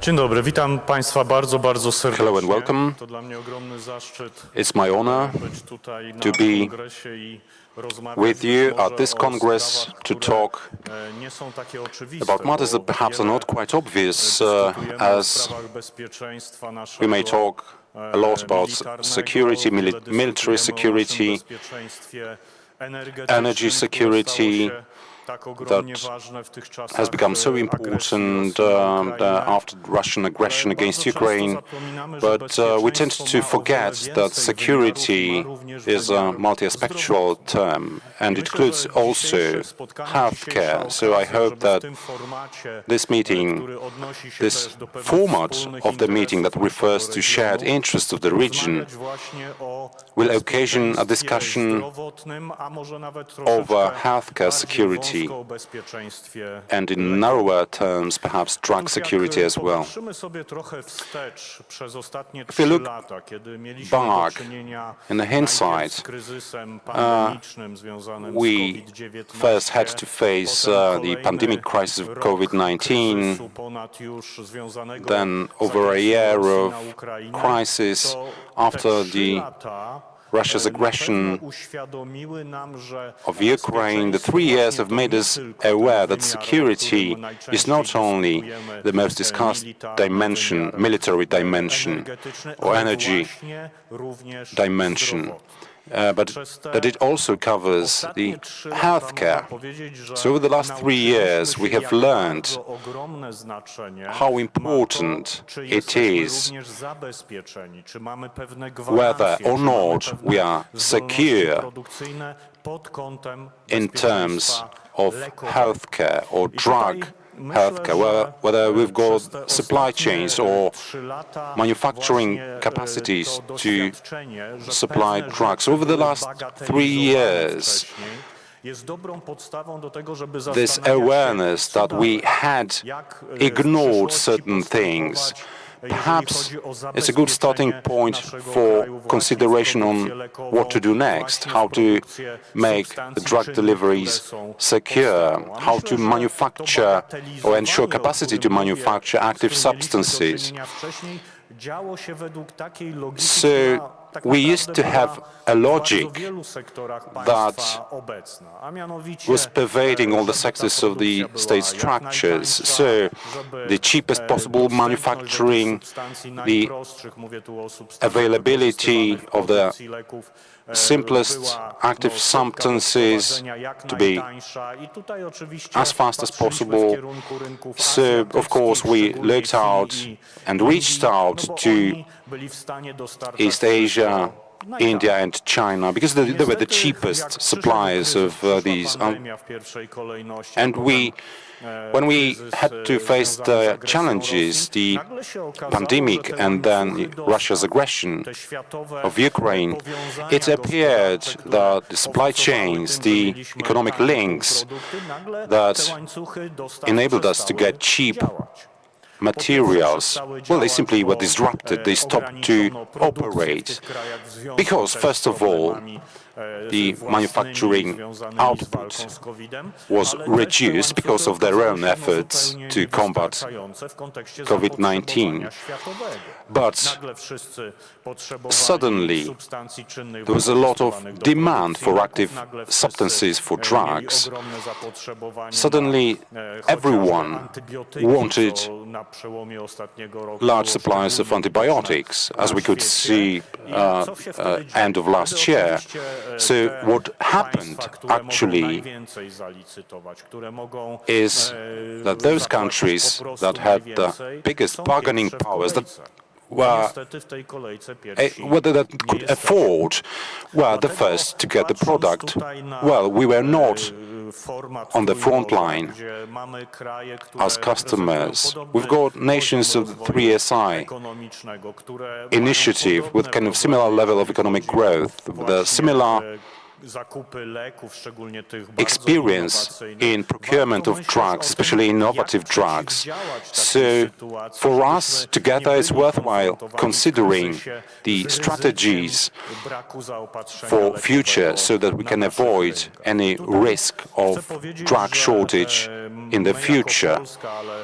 As Poland, but I'm looking more broadly to the region as well, we want to initiate a discussion on the European Forum, discussion about the ways for countries that are positioned somehow on the back of the line and simply don't have the bargaining power, how to improve their position in crisis situations, but not only in crisis situations, in normal conditions as well, how to improve their access to the newest technologies and innovative solutions in medicine and healthcare.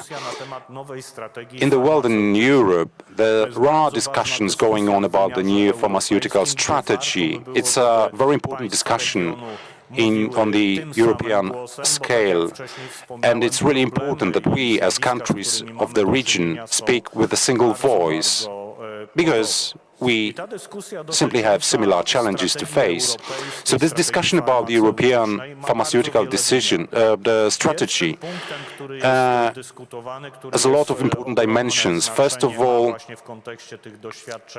the very important one in the context of the crisis experience, that is boosting the autonomy for drug manufacturing capacities. It's not only a Polish experience, it's a pan-European experience brought to the surface by the times of crisis, showing us how much dependent we are on the supplies of active substances, on the manufacturing capacities of someone else for the simplest drugs, in the context of what happened in Asia and especially in India and China.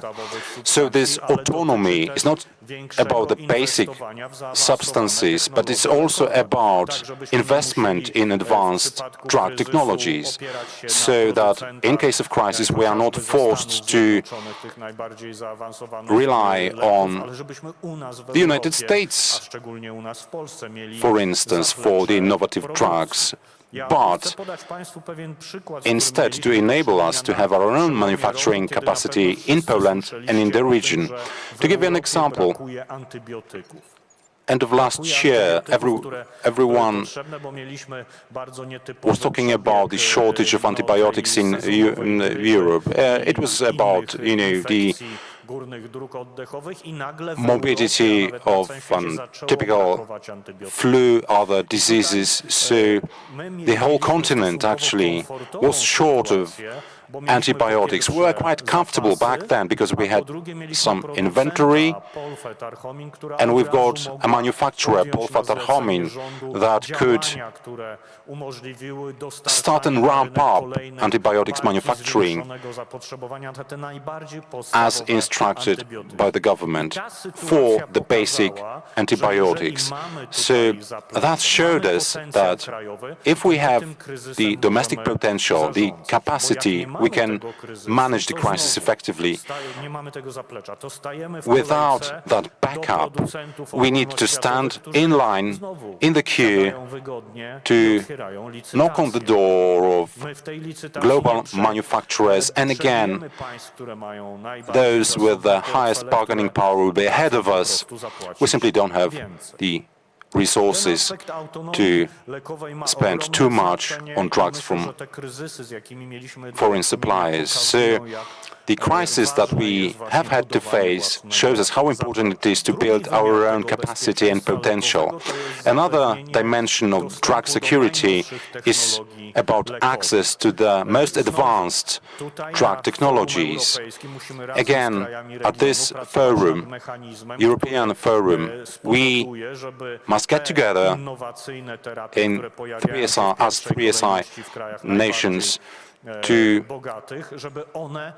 get some competitive advantage versus the richest countries.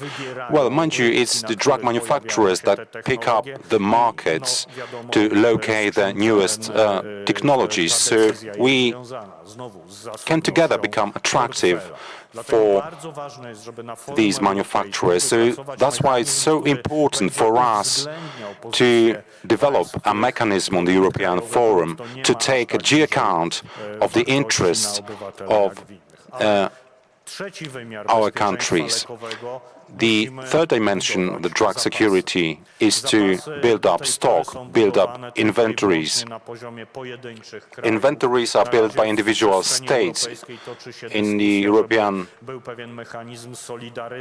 space, there is a debate about the European solidarity or kind of cross-information and sharing of the resources that individual countries have. But we need to make a step forward. We need to build institutions in Europe to be responsible for building up inventories, for monitoring the supplies of active substances, of individual drugs.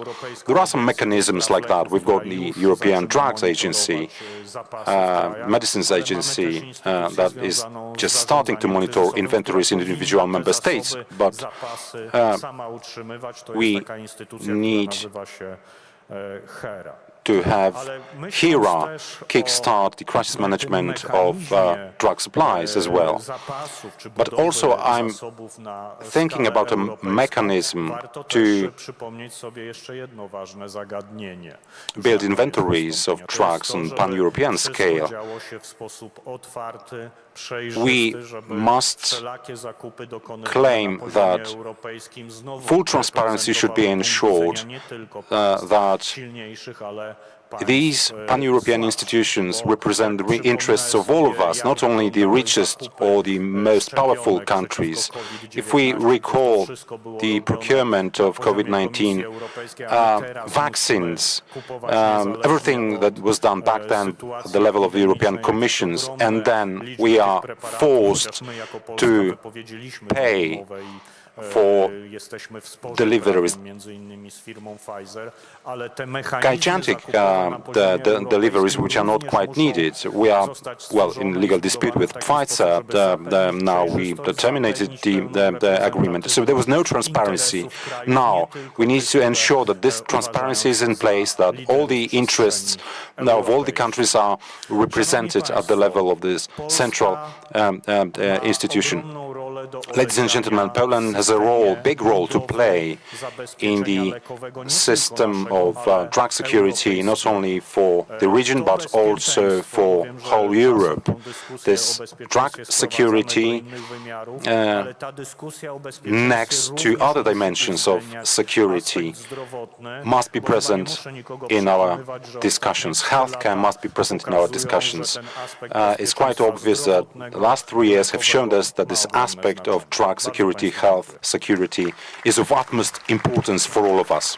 Thank you very much for your attention. Dziękujemy panie ministrze za te ważne słowa. Thank you, Mr. Minister. The aspect of health and drug security is extremely important. Now we are going to talk about infrastructure. Minister Andrzej Bittel, the plenipotentiary of the government for preventing transport exclusion, to deliver a presentation on European transport corridors. Hello, Mr. Minister. Widzimy pana ministra, ale nie słyszymy. Czy możemy... We can see you, Minister, but you need to put your volume up. Prosimy jeszcze raz, panie ministrze. Nie słyszymy pana ministra. I'm afraid we cannot hear you well. Make sure your settings are right. Nie tylko widzieli, ale również słyszeli. We will ask our technicians also to help.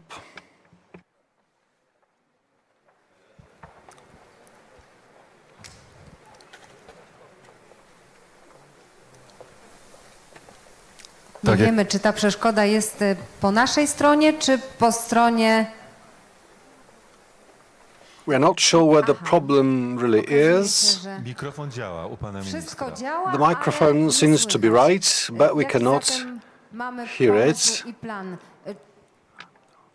So what's the plan? Rozumiem, że próbujemy się uporać. I believe somebody is working on this technical issue. Tak jak powiedziała Beata, to jest bardzo ważne wystąpienie. Ono dotyczy korytarza, europejskiego korytarza Trójmorza. Ten korytarz stanowi główną oś transportową naszej części Europy. Mr. Minister will speak about what sometimes is referred to as the spine or bloodstream of the 3SI region, which is the transport corridor. So we'll keep trying to get through Minister Bittel. Perhaps our technicians need a moment to fix it. So perhaps we should move on to panel number 2 before this problem is fixed. So let's talk about security in the region.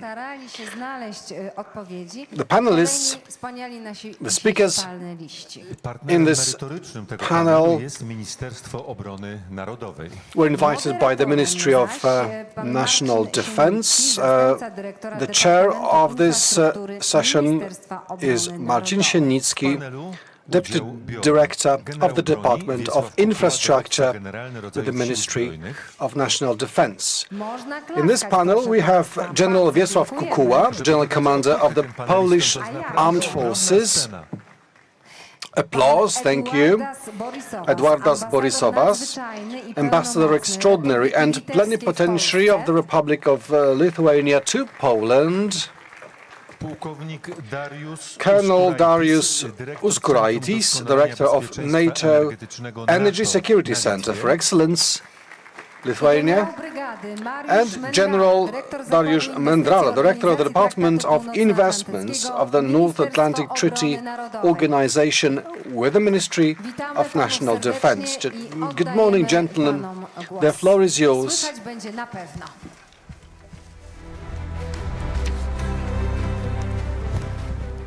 Raz. Co, siadajmy panowie. Miło mi państwa powitać. So thank you, gentlemen, for joining us. Welcome to this panel devoted to our regional security. I believe in this geopolitical setting we have, and given the war in Ukraine, perhaps this will be the key determinant and the main leitmotif of the talks not only in this Congress, but in many cabinets, in many departments, ministries, many places,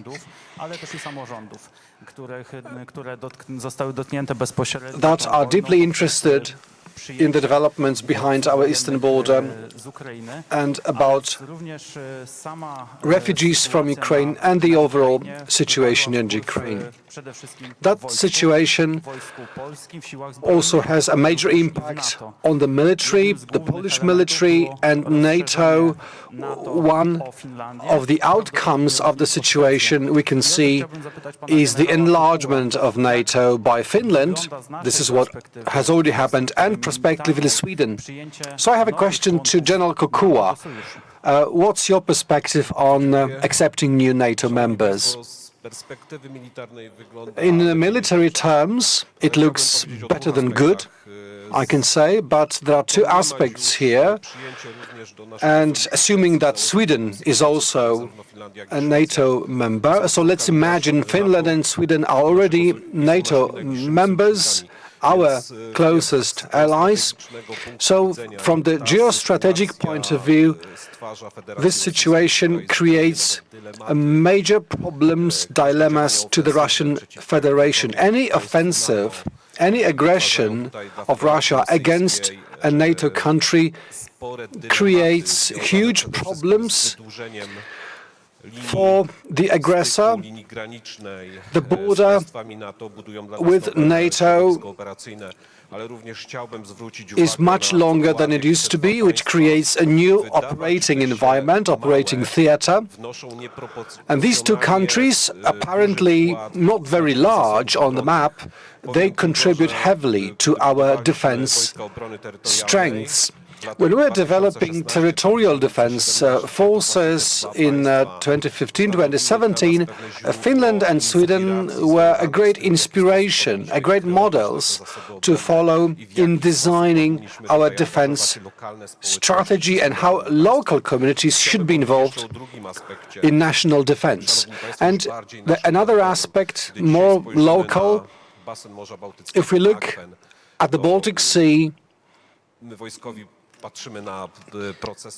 we look at certain defense processes in a very holistic way. As Minister Niedzielski spoke about security in terms of access to medicaments, I would like to stress how much Finland's and Sweden's entry in the NATO changes to Poland and this part of Europe. The Baltic Sea is not only a reservoir of water, it's where we have major infrastructure, energy, gas pipelines that need to be defended. In this context, it's so important to have specific defensive force in place in the Baltic Sea. And in the strategic sense, now the Baltic Sea has become an inner waters of NATO. Thank you, General.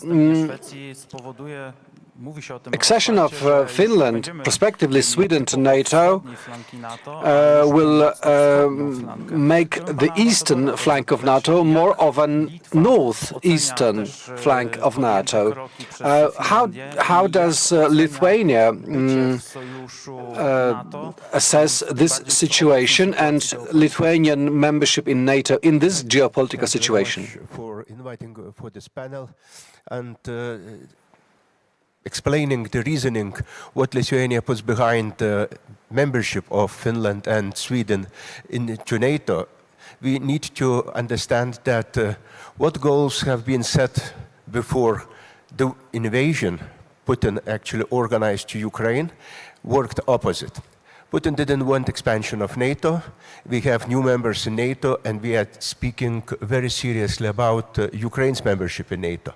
Putin wanted to rebuild empire. Now we are witnessing almost empire crumbling actually on our eyes. So definitely in this situation, having Finland and Sweden as NATO members increases a lot capabilities of NATO to defend itself, first of all. And if to take into account longevity of the borders of NATO before the war in Ukraine, and now with the Finland joined NATO, it increased double, in double size, in fact. Actually, it added 1,300 kilometers defended by capable Finnish troops, and in this sense, NATO capabilities improved significantly. The same goes to Sweden. After Sweden will join NATO, we will have very strong second range capabilities to defend Baltic Sea region. Yeah, okay. Sorry, I didn't prepare to sing myself, but I will continue. Yeah, and so it increased the capabilities to defend in the second range of defense. So having Finland and Sweden improve NATO capabilities, having Ukraine in the future as a NATO member will, in fact, eradicate possibilities for Russia to launch unexpected and unprecedented attacks we witnessed last February. So actually we need to talk in the categories that we need to set clear red lines, clear division lines, and clear borders for possibilities of Russia to act voluntarily and opportunistically. Thank you. Bardzo dziękuję. Generał Kukuła wspominał przede wszystkim o bezpieczeństwie również. Well, General Kukua spoke about energy security, so my question to Colonel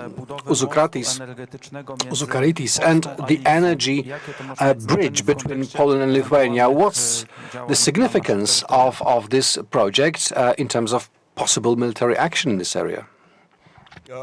That's a great question, and first of all, a great opportunity for me to speak in front of you together with so distinguished panelists together. I wouldn't say that we're supposed to be looking exclusively at this connectivity interconnector. If you look at the 3C initiative itself, the objective, amongst others, you will see energy security, right? You will see protection of critical energy infrastructure. And you will see sustainable connectivity, reliable connectivity. So this is the network. And if you disrupt network somewhere, network does not exist. Or it's supposed to have some ways to bypass, right? What our center has learned something like in 2 years, we are conducting a coherent, resilient exercise. We do that for nations, we do that for organizations, and just recently we have conducted this exercise for Ukraine 6 months before Russian invasion. We did it for Georgia, for Lithuania, Latvia, Estonia together. We created this exercise for NATO central pipeline system. And what we have learned from there, that all those interconnectivities, they are extremely vulnerable. I would simply echo the previous panelist's point of view that this is supposed to be dedicated military or whatever capability to protect it. But the biggest problem we have seen so far, that when you deal with a hybrid threat, you cannot take the threat or compete with that threat in isolation. You need a network to defeat the network. So again, 3C initiative is a perfect network for that. The biggest problem we saw that still infrastructure protection, resiliency is national responsibility. When it goes to national responsibility, you will see a division of responsibility to protect the infrastructure. You will see government, some organizations involved in some protection of some infrastructure. You will see commercial companies made responsible to protect also government-owned infrastructure. And when they start defining protection concept for that infrastructure, they are basing that concept on their own risk assessment, which is based on their previous experience and institutional incidents they've been facing with. When you go to address hybrid threat, government control threat, you're supposed to be looking at intelligence-assessed threat rather than risk. And here we have a big issue. This information usually is classified and it is not disclosed to the industries. Who is in fact made responsible to protect it? So I will echo probably also the previous panel, which was addressing the necessity to have some continuity for 3C symposium and governance of it. This is supposed to be government-driven. If you look at the map in front of you, behind me, you will see the network of connectivities crossing territories of number of nations. You will see also network of pipelines in the underwater. And there is nothing that one nation can address. There will be two nations responsible for connectivity or interconnector. And the different nations, they have different concept and different views on the sharing kind of security-related information to the industries. So back to your question, Suwałki Gap. This is one of the critical connectivities which is supposed to be protected. Thank you for the question. Thank you very much, dziękuję. Ciągnąc i można powiedzieć, kontynuując So to continue our discussion on infrastructure, critical infrastructure, energy, one of the conclusions that we may draw from what's happening in Ukraine is the kind of logistics, the security of the operating military units in terms of supplies of fuel and ammunitions and weapons. So the general, any mechanisms that have been implemented for that purpose in our systems? Thank you for this question. Well, perhaps it's too early to learn the full lessons from the conflict in Ukraine, but there are some observations. Some preliminary conclusions on how the conflict is being waged and how it will translate into military security in our region. Let me quote a title of a study that was drafted by Modern War Institute at West Point in the United States. So it's logistics to define your future, and indeed the conflict in Ukraine confirms this claim. I mean, the strength of the Ukrainian armed forces was that they were able to stop disrupt the logistics support to Russian troops. So being aware of the road network capacity and limitations, with some predictions made about the movements of Russian the troops, they identified the opportunities for killbox, the liquidation of the first wave of the attack. It was about the supply lines for the ammunition, for fuel, for troops themselves. So it's important that when planning the development of our logistics, keep those weaknesses in mind so that we can avoid them, and so that we can make these points our strengths as a NATO member, so as to ensure the uninterrupted supply of the material.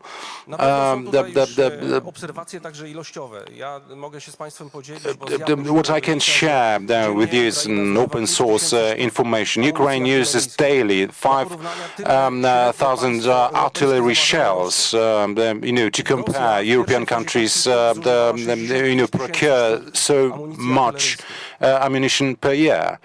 So together, so it shows us how important it is in the future defense concept, how important it is to cover logistics matters fully. In the U.S. armed forces, logistics is a separate field of study in the art of war. So you are proficient in what you do, logistics in logistics terms, you win the war. So, as for future directions, well, these are quite obvious. This is something that NATO uses already. There's pre-positioning, that is forward presence of weapons and fuel.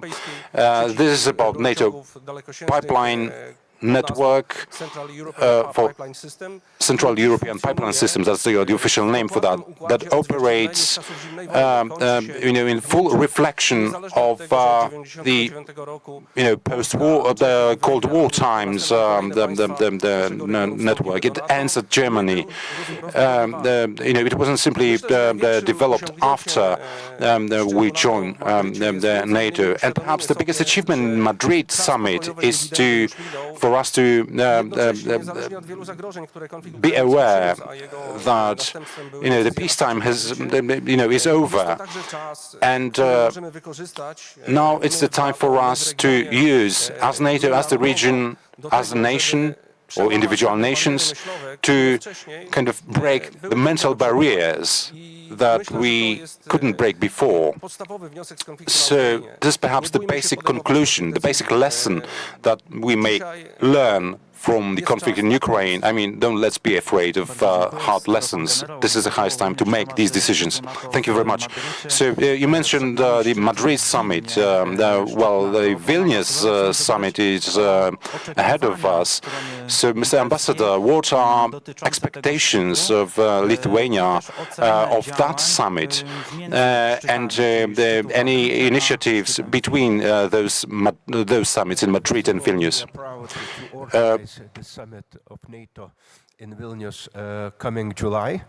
And I think that this is also some sort of a respect and importance of eastern flank of NATO, and what attention NATO is dedicating to eastern flank. If to speak about decisions in Madrid, decisions were good, and for enhanced forward presence, it was decided to increase battalion presence level to the brigade level. But what has happened during this year after Madrid, in fact, we have headquarters set up in countries, but not brigade presence in those eastern flank NATO countries, like Lithuania, Latvia, Estonia, and others. So here we need to also to stick to fulfillment those pledges made in Madrid, and in Vilnius it should be clearly concretized.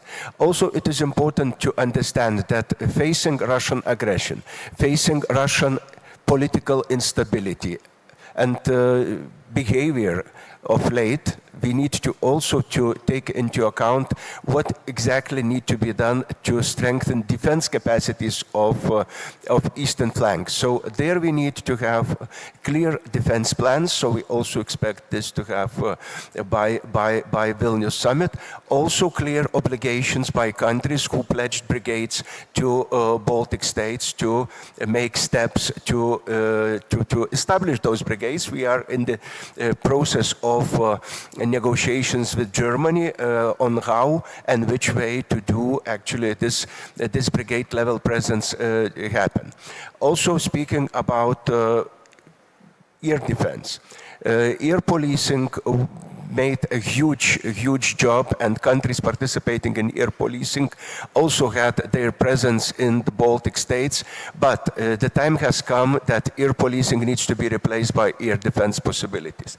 So here we also have very clear expectations of that. And also speaking about the troops presence in Baltic states should fulfill not only deterrence but also defense capabilities from very start of any sort of engagement. So here we definitely rely on enhanced forward presence, but at the same time we look forward also by dislocating units from other countries, for example, as Poland. Actually, we invite Poland also to consider seriously dislocation of some particular units on Lithuanian soil. So also huge expectations are towards Ukraine future, towards NATO membership. And what we see that there is a huge opening opportunity to convince our partners that Ukraine needs to be inevitably accepted to NATO. I don't know actually what will happen in Vilnius, what decision will be taken, because that's definitely not my competence. But what we need to try to explain to our partners in NATO that, in fact, not Ukraine needs NATO. NATO more needs Ukraine because of its potential, because of its military capabilities, because of its being in NATO will be considerably safer and with much better possibilities to reform itself, to be part of the Western civilization, let's say so. So here will diminish significantly possibilities for Russia to attack Ukraine in the future. So that means that we will be better safeguarded, in better defense position, and definitely, as I told before, actually the border with Russia, NATO border with Russia, would increase significantly, so that would definitely scatter Russian logistical capabilities. So we have huge expectations also towards financing of NATO operability possibilities. So this bottom line of 2% per GDP is definitely one of main tasks actually to be discussed in Vilnius, but this is a bottom line. We definitely would be willing to have more pledges actually to increase and improve military capabilities of particular NATO member countries. And many more issues will be discussed, so we have huge expectations in Vilnius. Dziękuję bardzo. Tutaj jeszcze w temacie szczytu w Wilnie. Thank you very much. As for the Vilnius summit, but also as for those topics discussed in Madrid, let me get back to General Mendrala as the government plenipotentiary for Polish-US cooperation. Can we talk about any assumptions made in Madrid that are being implemented now, and other any expectations that there will be some correction in Vilnius to what was decided in Madrid? As for the presence of NATO in eastern flank, the Madrid was no breakthrough. Well, our perception, I believe that our partners from the Baltic states will agree, we are moving from deterrence by punishment based on the risk of punishment for any aggression that we communicate to potential aggressor. That is deterrence by denial. This is a concept that perhaps is our most important expectation for future summits. I don't know if there's a breakthrough that we may expect from Vilnius, but this is something that we want. permanent, uninterrupted, non-rotational presence in the eastern flank of NATO. This is something that we expect and we want to happen in the future. By doing this, NATO would need to depart from the 1997 founding act or agreement between NATO and Russia that has been stigmatizing our region. So it introduced some limitations back then. And under these limitations, NATO limits its autonomy in action. Now, this agreement is only formal. Now Russia has violated its provisions a number of times, if only by militarizing the Königsberg or Królewicz region. So such initiatives as the enhanced defense cooperation between Poland and US is just an example. We signed that ahead of the risk that materialized, security crisis that materialized recently. Under this agreement, we've got significant number of troops, US troops, approximately 10,000 troops in Poland, and it's a security guarantee that is very serious for us. In formal sense, NATO communicates its defense capabilities only through the presence or enhanced forward presence. In the battalion or possibly prospectively a brigade level presence, and we would expect that to happen in Vilnius. So, as Mr. President said, we'll move to the concept of enhanced forward defense. So this is perhaps the biggest expectations that we have of our leadership, of our government. So this would be the key message for me. Thank you very much.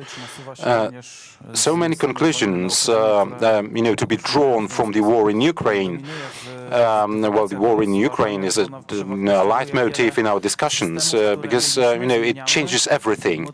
It is changing everything. We need to modify our concepts, our ways of thinking. And one of the concepts to be changed is the role of personnel or troops reserves in the organization of the military. So my question to General Kukula, what about the reserves? Any active reserve or various forms of military service? What should be the target solution so that we are possibly best prepared in case of conflict? Thank you very much. I'm really glad to hear this question in Lublin, because it was actually the place where the 2nd Brigade of Territorial Defense was established, being a model for the rest of the country to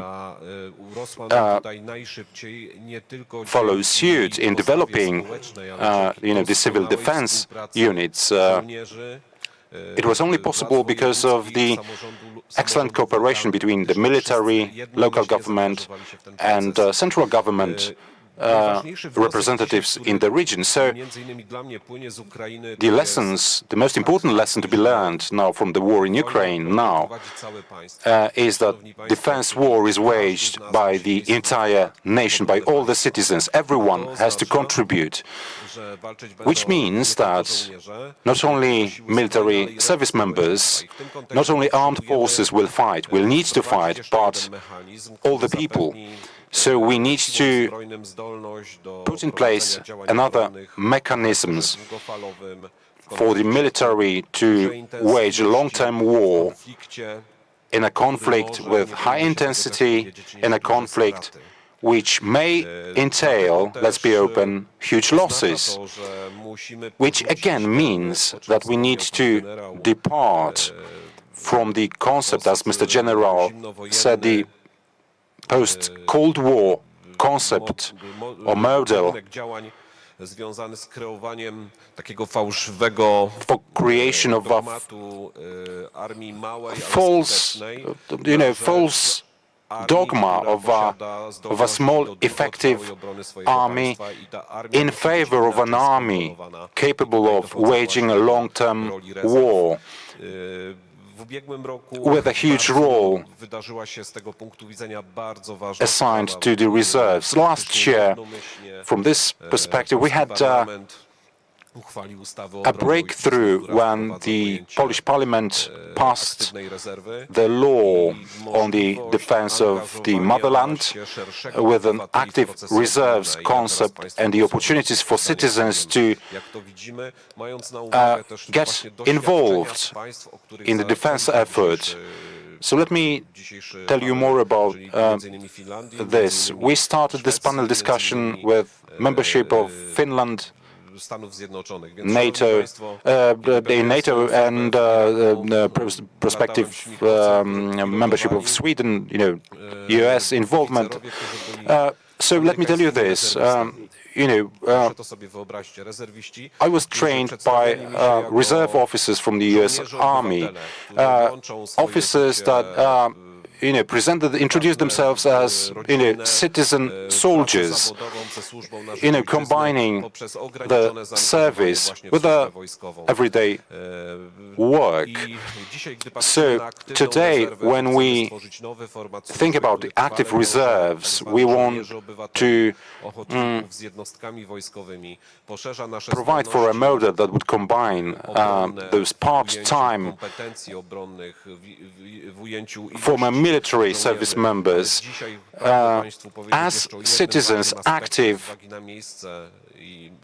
in the defense model. But as we are here and discussing these matters as we are, all the reserve officers will operate within the double or dual use powers.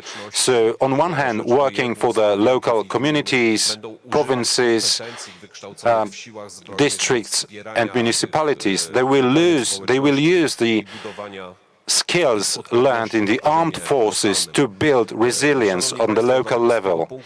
So from this perspective, it's an important lesson for me as a military commander to learn from the war in Ukraine, to develop a new concept design for the military reserves. I would like to ask you, the local governments and all those of goodwill, to join this project in Poland.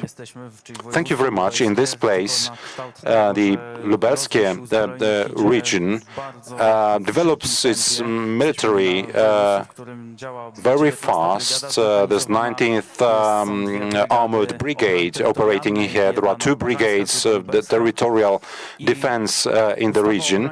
And the law on the defense of the motherland, as General Kukula mentioned, actually contributes a lot to the growth of these military forces, or military capabilities. Mr. Ambassador, what's the situation in Lithuania, the upgrading of the military forces in Lithuania? It will be better to speak in English. That will be easier for me with the military definitions. Some probably I will use. Speaking about modernization of Lithuanian army, significant decisions were taken not only in line to increase enhanced forward presence of other NATO countries, but also to reorganize Lithuanian defense capabilities. So now it was decided to organize a division in Lithuania on the basis of existing brigades. Also, a huge amount of work is dedicated to increase interoperability of Lithuanian troops with other countries, first of all with those being included included into enhanced forward present battalion, but also with Poland we have a common command in NATO division in Elbląg, where Lithuanian Iron Wolf Brigade is affiliated. So also I think that it is very important to notice that we have a rifle union, and 16,000 members of rifle union have almost permanent military training, and in case they could increase capacities of defense for Lithuania. And also now we started a very serious discussion about conscription to Lithuanian army, overall conscription. So that means that we consider that conscription could help to create necessary reserves for the future in case of necessity to defend our country. Chciałbym jeszcze się dopytać o rolę, o której Pan Also ask about the role that you mentioned, the role of air policing and the using air forces of other nations in the territory of Lithuania. What's your assessment of that air policing program? Well, today Slovakia, that's one of the three SI countries, has joined the air policing program and transferred the jet fighters to Ukraine. If to speak about air policing, we consider this was a successful experiment, successful experience, and successful presence of international NATO troops in Lithuania. So it served a double purpose. First of all, it was deterrence element and some defense element for Baltic states. Their skies were defended by NATO jets. At the same time, it was also a possibility to train NATO pilots in close to military operational conditions. So actually, it also served a purpose for other countries to send their pilots to bases in Lithuania or later in Estonia. But as we see that geopolitical situation evolved quite significantly, and we need to take into consideration what is happening in Ukraine now and what lessons could be learned from there. And we see that, first of all, the first lesson, that defense should start at the border, not somewhere inside the territory, and we also witnessed what exactly outcome is of letting aggressor to enter territory deeply, and actually what atrocities were performed by the Russian army. At the same time, we also should take into account that Ukraine also learned its lessons, and now Ukraine has one of the mostly and bestly equipped army actually in Europe. So after the war will end, I have no doubts that it will end with Ukraine's victory, that Ukraine will be one of the most capable armies in Europe. And here we definitely need to consider, if we want this in NATO or not. So this is the question, open question, but it's a question for NATO leaders as well, actually, to consider potential of Ukraine after the war. And also being in NATO, because it's a democratic alliance, definitely puts certain restrictions, certain way of reformation the country to obey those democratic requirements which needed to be among Western nations. So this also would be added value for Ukraine's development and rebuilding Ukraine. And also speaking about Ukraine's air defense, now we see the long ongoing negotiations of possibility to provide or not to provide jets to Ukraine, which we see, as inevitable step if we want Ukraine to be successful as soon as possible, not in the future, but as soon as possible. So here we see also lessons learned that air defense is a very significant part of defense capabilities of Ukraine. Dziękuję bardzo.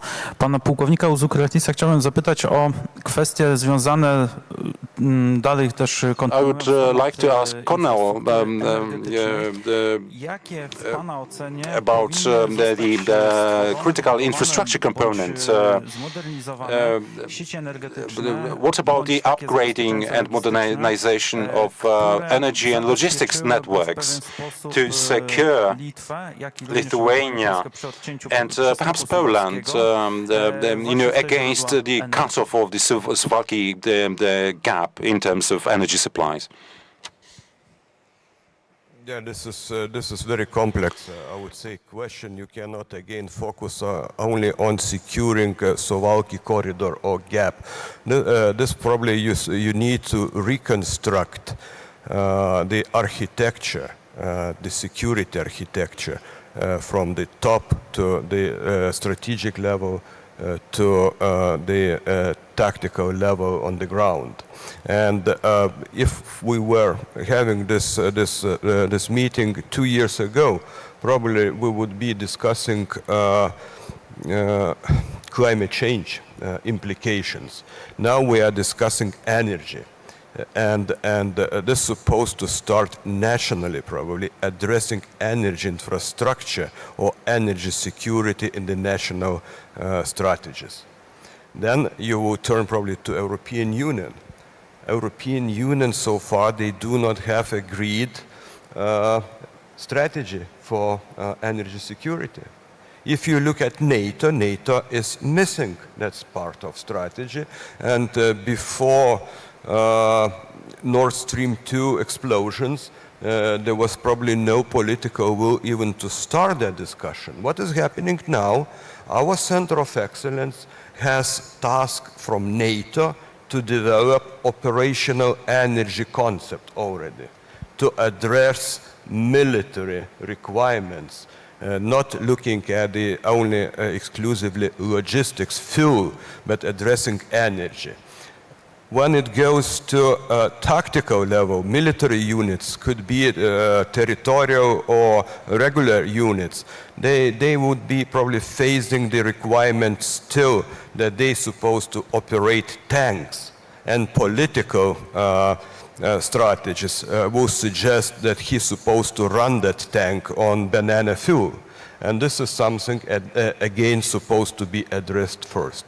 I believe that soldiers, they are motivated to protect their countries with the equipment they are provided. So this is question what we put into their hands, what energy we can provide for that weapon systems, and what strategies commonly in NATO, European Union, or exclusively in 3C region we are facing and developing. Dziękuję bardzo. Tutaj kwestie związane jeszcze z energetyką. Thank you very much. Again, energy security related the matters and logistics security matters. There are new challenges as regards the adoption of new military equipment like Abrams,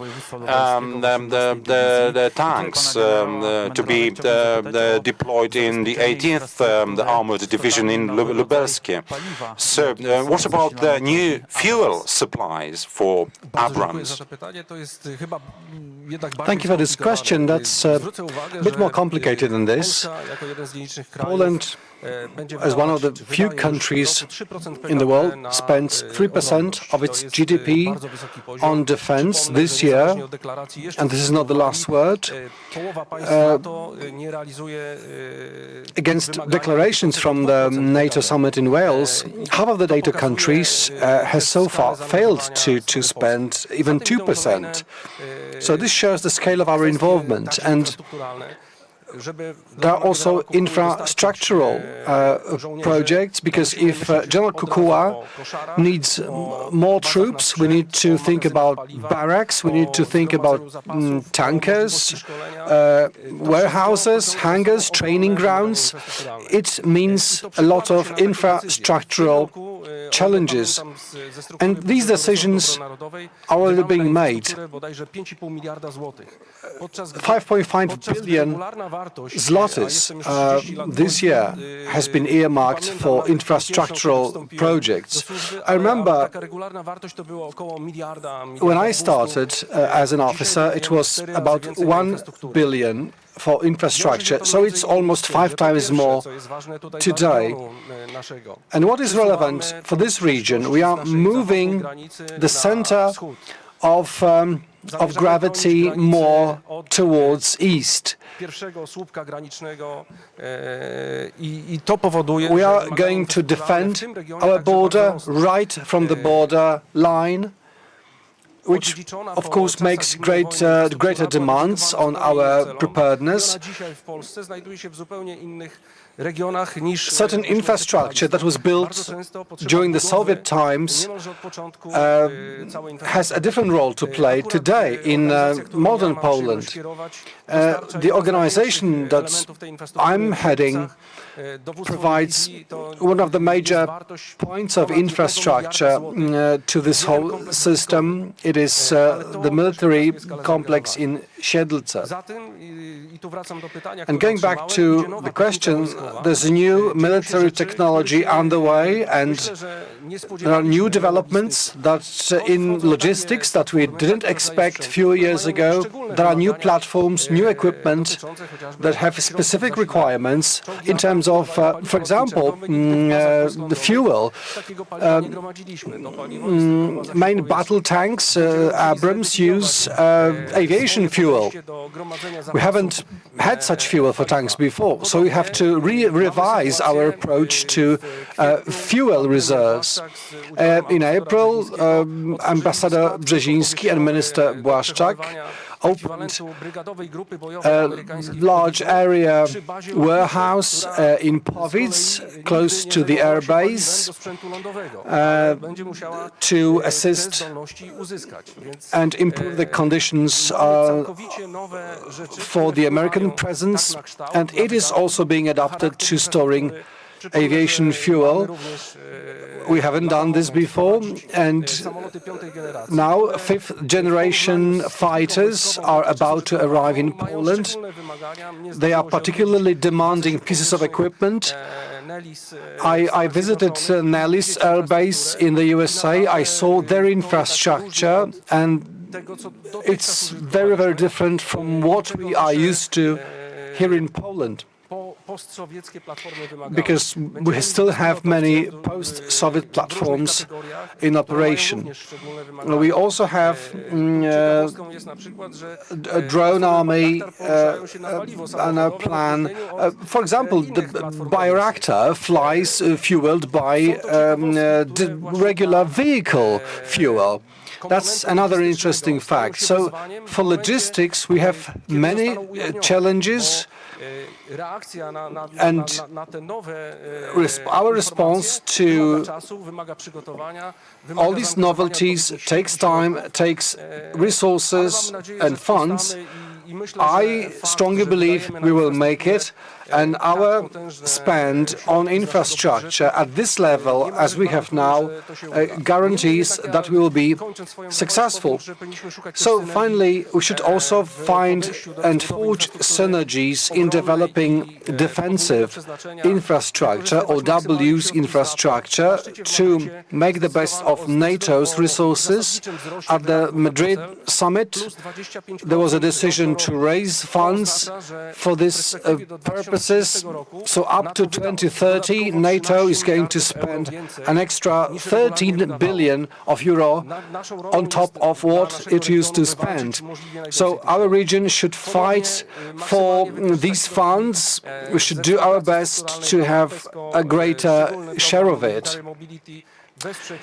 As part of the military mobility program, we want to support the development of energy sources and transfer of major forces into our region, and I believe we'll be able to even better coordinate our cooperation with central and local governments around all these investment projects, as Mr. General encouraged more and more people to become part of this greater army projects. So we are open to hear proposals from different groups, from local businesses, from local governments in terms of possible cooperation.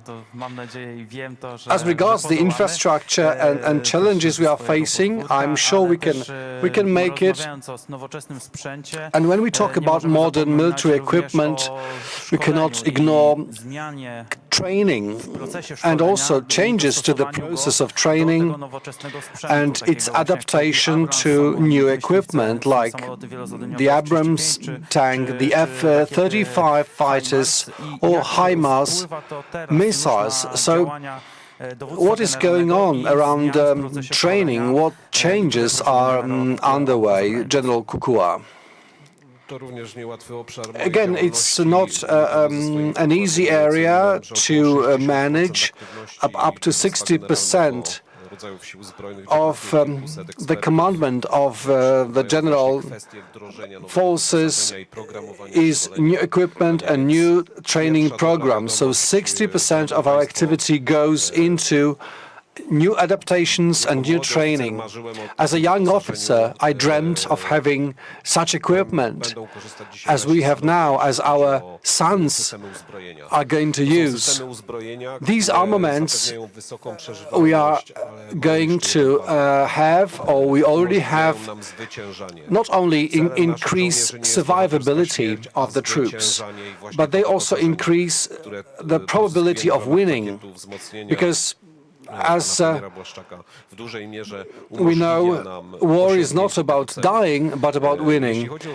So this overall change will make it happen. And this new equipment is very user-friendly, has a lot of ergonomics, and with each package, military package we get, we also have simulators, mocks.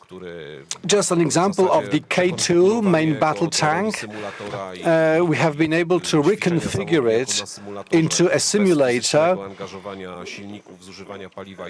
so it can be simulated without burning fuel, without wearing parts. It can be just transferred into a simulator within several minutes.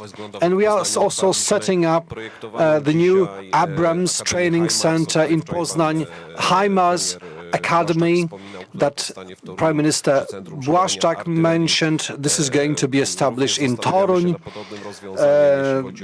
in the local commandment of artillery. We are also programming certain training systems, relying on certain training culture from NATO. We want to improve the quality of training, and when we aspire to have 300,000 troops, professional troops, including territorial defense, I hope this will be possible. We have to also look at costs of training. So importantly, we have to be able to acquire simulation technology to make it more effective and cheaper.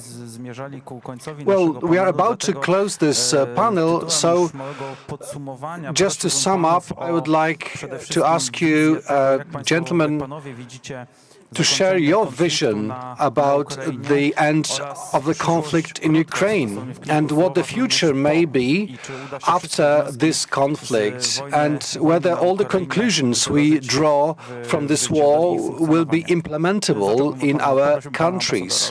Mr. Ambassador, perhaps you can start. Sorry.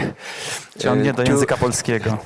To consider what to do after the war, it's important to win the war, and what we see that capacities of Ukraine to win the war increased significantly. So we wish this to happen as soon as possible. After the war, what we need to consider, definitely what I've told before, that actually membership of Ukraine in NATO and European Union. Union. Actually, these are of paramount importance questions and issues also not to be taken only by Ukrainians putting forward their aspirations, but also by all of us, I mean NATO member states, EU member states, that we also need to understand those aspirations of Ukrainians, and also we need to understand our own needs, actually, how we see this security of Europe non-divisible. And without Ukraine, it will be divisible. It will be always some sort of a possibility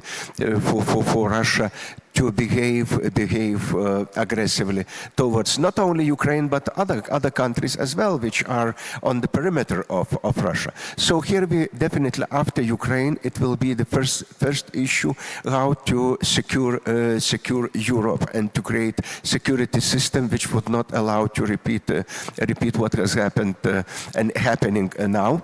Also, what we need to think about what will become of Russia after the victory of Ukraine. What changes need to be performed in Russia itself, that Russia should be a country, first of all, predictable. Second, of course, we wish that should be a democratic country, and this country, as a neighbor, could live with Europe in the future, but definitely not in the situation as we see it now, or it was 1 year ago, that nobody could predict behavior of such country.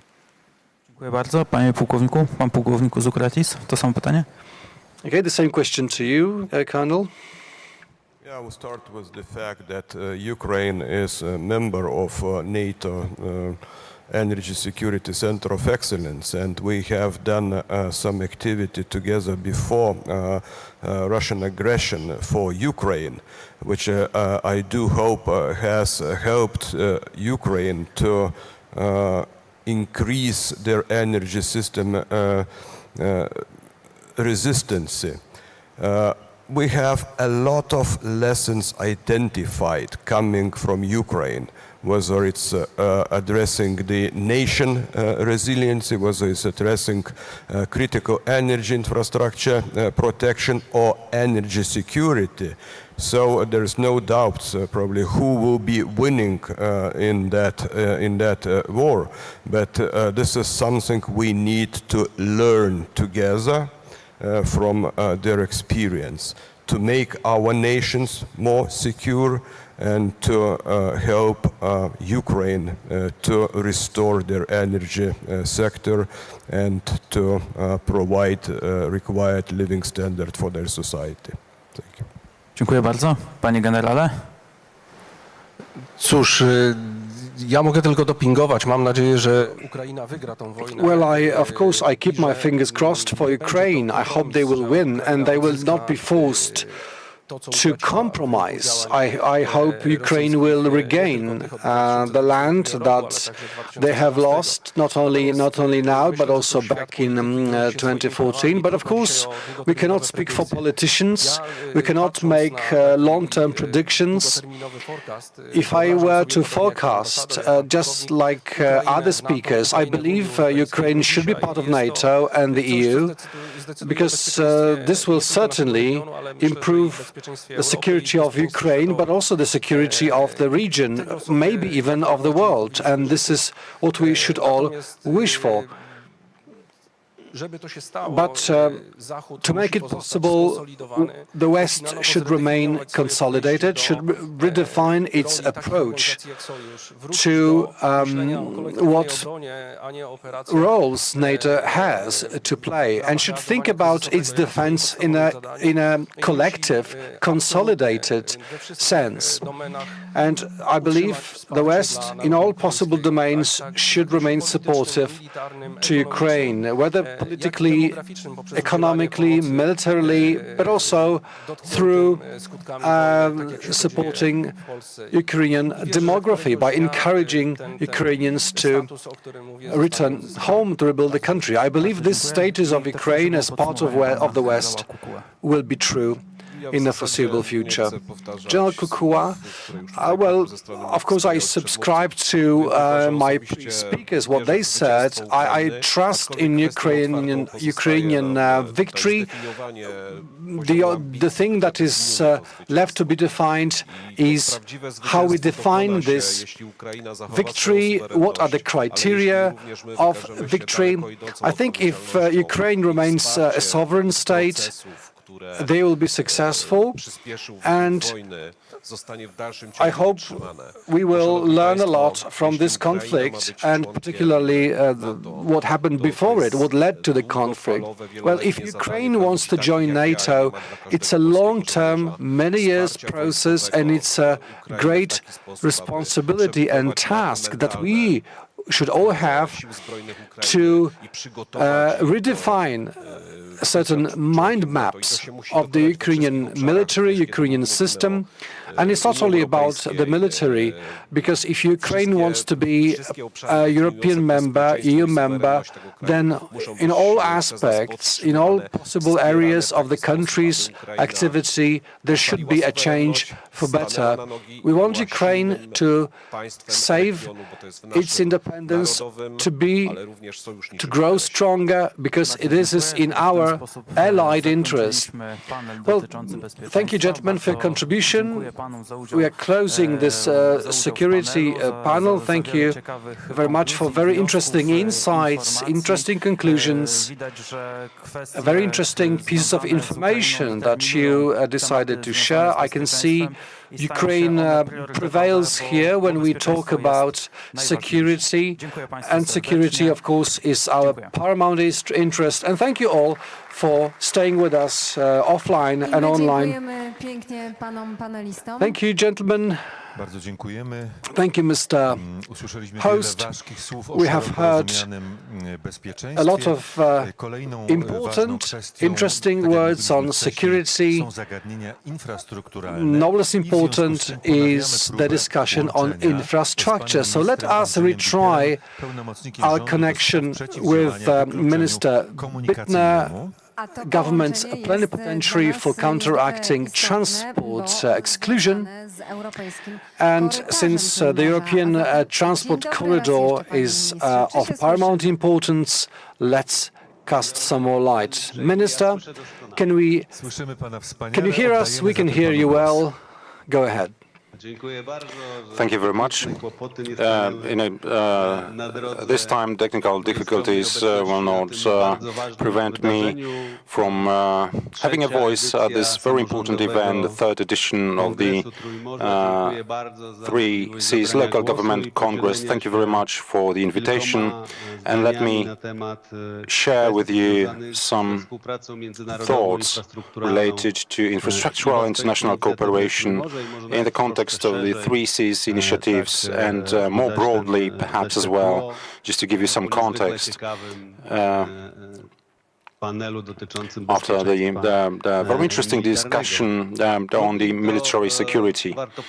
Lublin, I must say, is a very important city on the Via Carpathia, the route, the road spine, and in the future, perhaps the rail spine of 3SI nations is one of the priorities for the Ministry of Infrastructure, where we take a number of initiatives to grow the north to south connections, road and rail connections, the deficit of which is so painful in our region. I can give you an example of the outcomes of our efforts. For instance, the EU's approval of the inclusion of the Baltic Sea, the Black Sea, Aegean Sea corridor is simply a real well the outcome of our initiatives. So this corridor running from Finland to Cyprus actually will cover, will run in parallel with Via Carpathia and the rail component of that corridor. So in this way, together with our partners from the three Cs, the initiative, we provide for a completely new transport solution to be in the future the basic transport pillar in the three Cs nations. So it's especially important given the full-scale aggression of Russia on Ukraine, the ongoing war that has taken more than a year now. So it has made quite clear how important it is to have the proper transport infrastructure, how strategically important it is to have it fully operational. So the infrastructure, which was planned as a civilian infrastructure, is strictly related to the military purposes as well. The war waged by Russian Federation against Ukraine showed us that it's important to integrate in terms of transport routes with our eastern neighbors. So Poland has the special role of a transport gate for our Ukrainian neighbors. This process is also important in the context of the security of supply lines for the military activities that are going on, but also to include the transport matters in the reconstruction of Ukraine after the war. So while pursuing a number of initiatives to safeguard as far as possible the transport and security the needs in the region, in the country, let me give you two or three examples of the initiatives that we have taken recently that provide for the space of cooperation and dialogue and will contribute to our common future. In February, we had a conference, redefinition of logistics chains in the context of a new transport policy, TEN-T. So it was a summary of the first revision of the TEN-T network that was completed in December last year, when the European Council adopted the general resolution. So we used that conference to have an international debate on the new challenges in transport policy, given the recent developments in our neighborhood. And that conference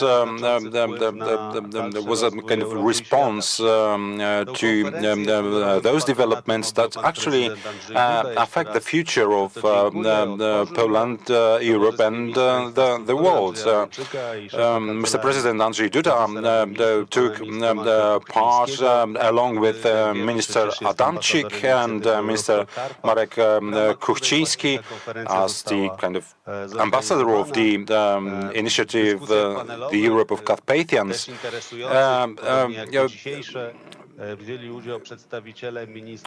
Just as today, it was attended by representatives of the European Commission dealing with transport matters, coordinators of TEN-T, the networks, railway terminals, marine ports, and so on. So, as part of the conference, initiatives. We had a followed-up high-level dialogue for Ukraine, connecting Ukraine with Europe and the world, reconstruction and development of sustainable transport infrastructure and efficient supply chain.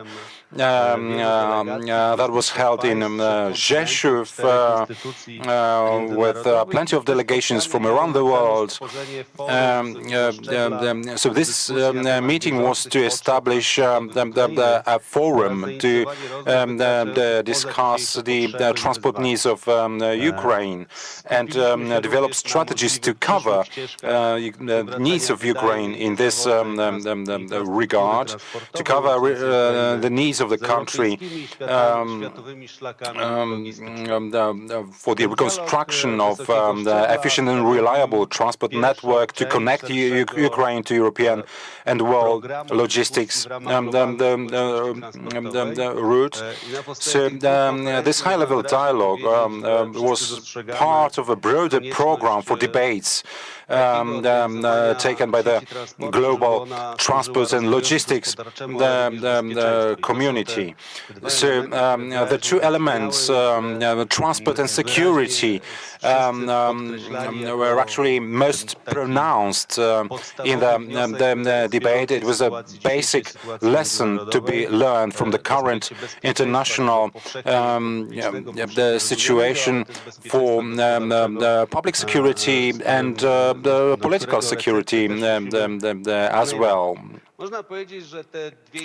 So the two initiatives that I quoted as the examples fit well into the third initiative, that is development of the solidarity corridors. The war in Ukraine has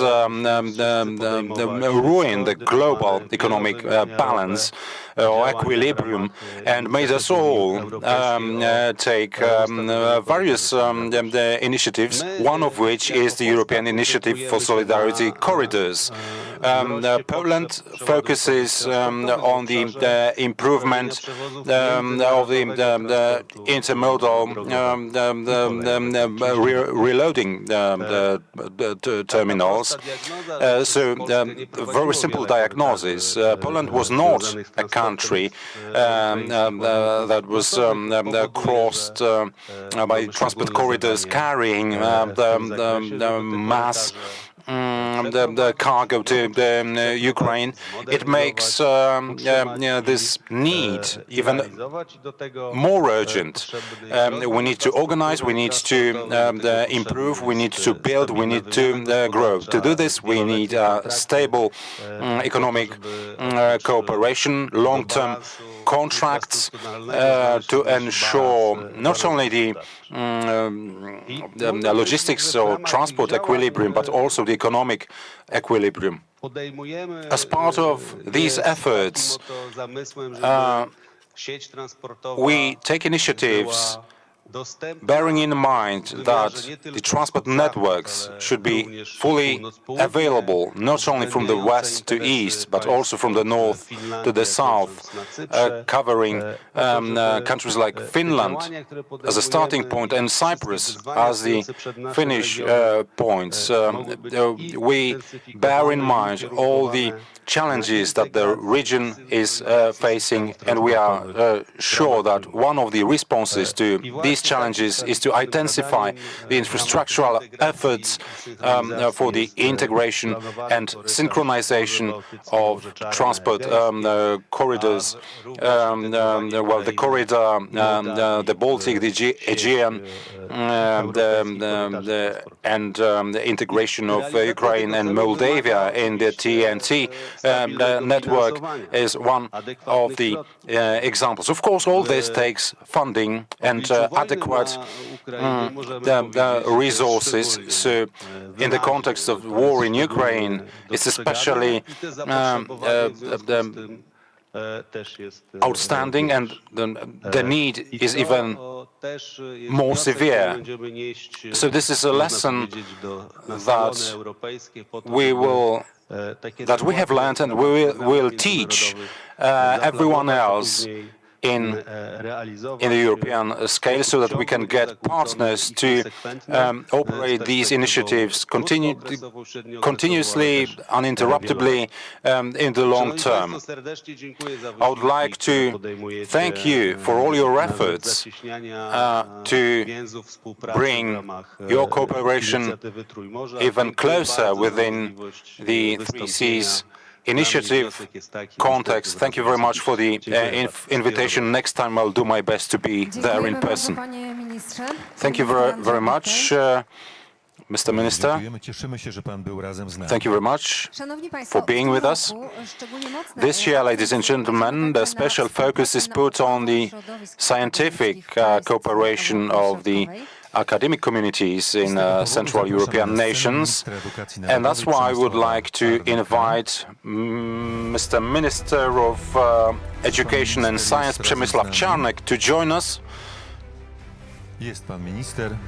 Och, jest pan minister. Panie profesorze, prosimy pana o zabranie. Professor, Mr. Minister, the floor is yours. A państwa prosimy o oklaski. Please applaud, Mr. Minister.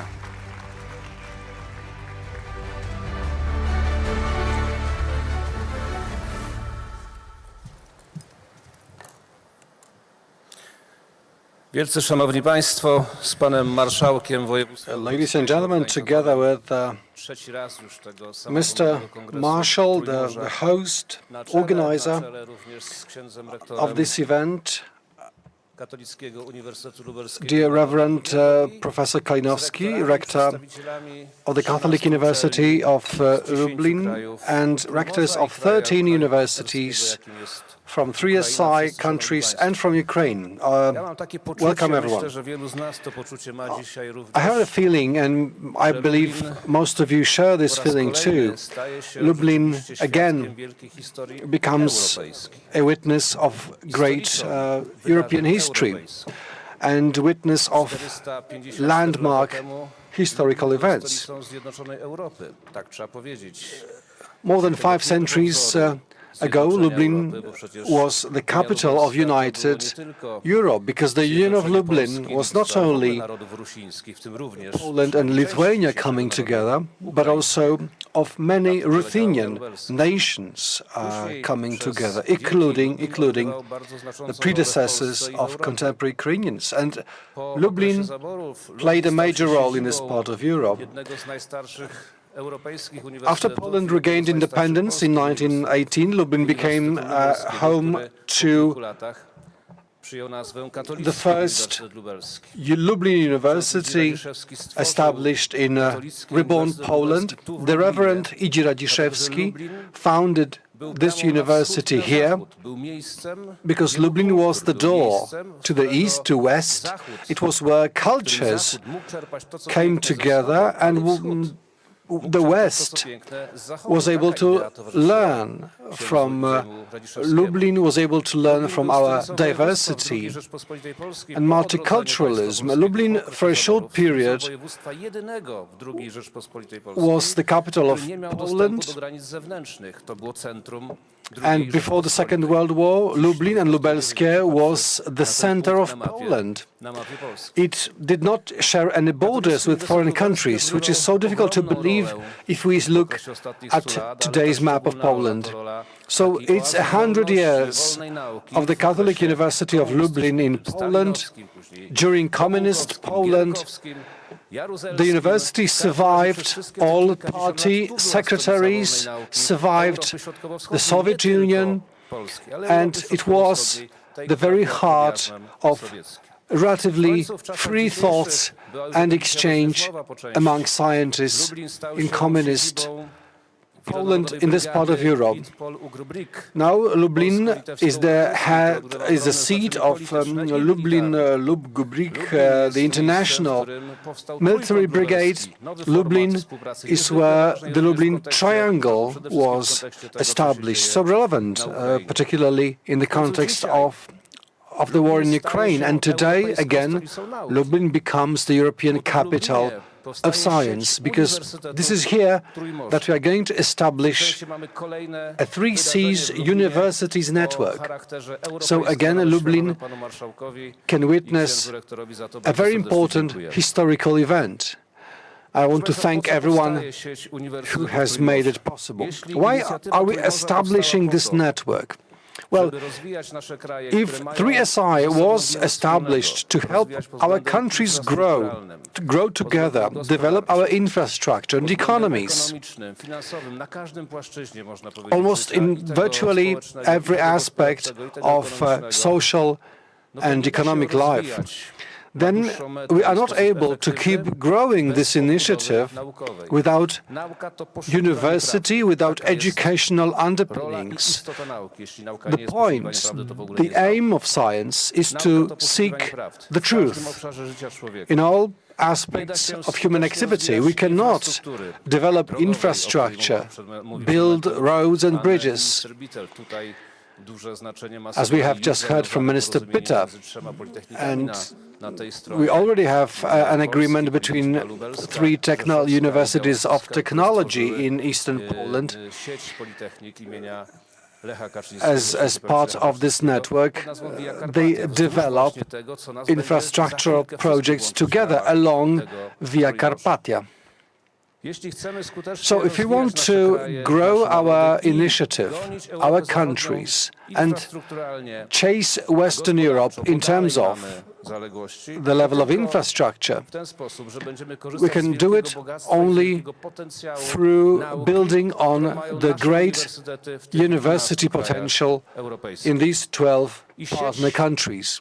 And this network of universities is supposed to do just this: shared research, shared scientific initiatives, and combination of science and business, of science and social life, science and religious life. So science actually penetrating every layers of human activity.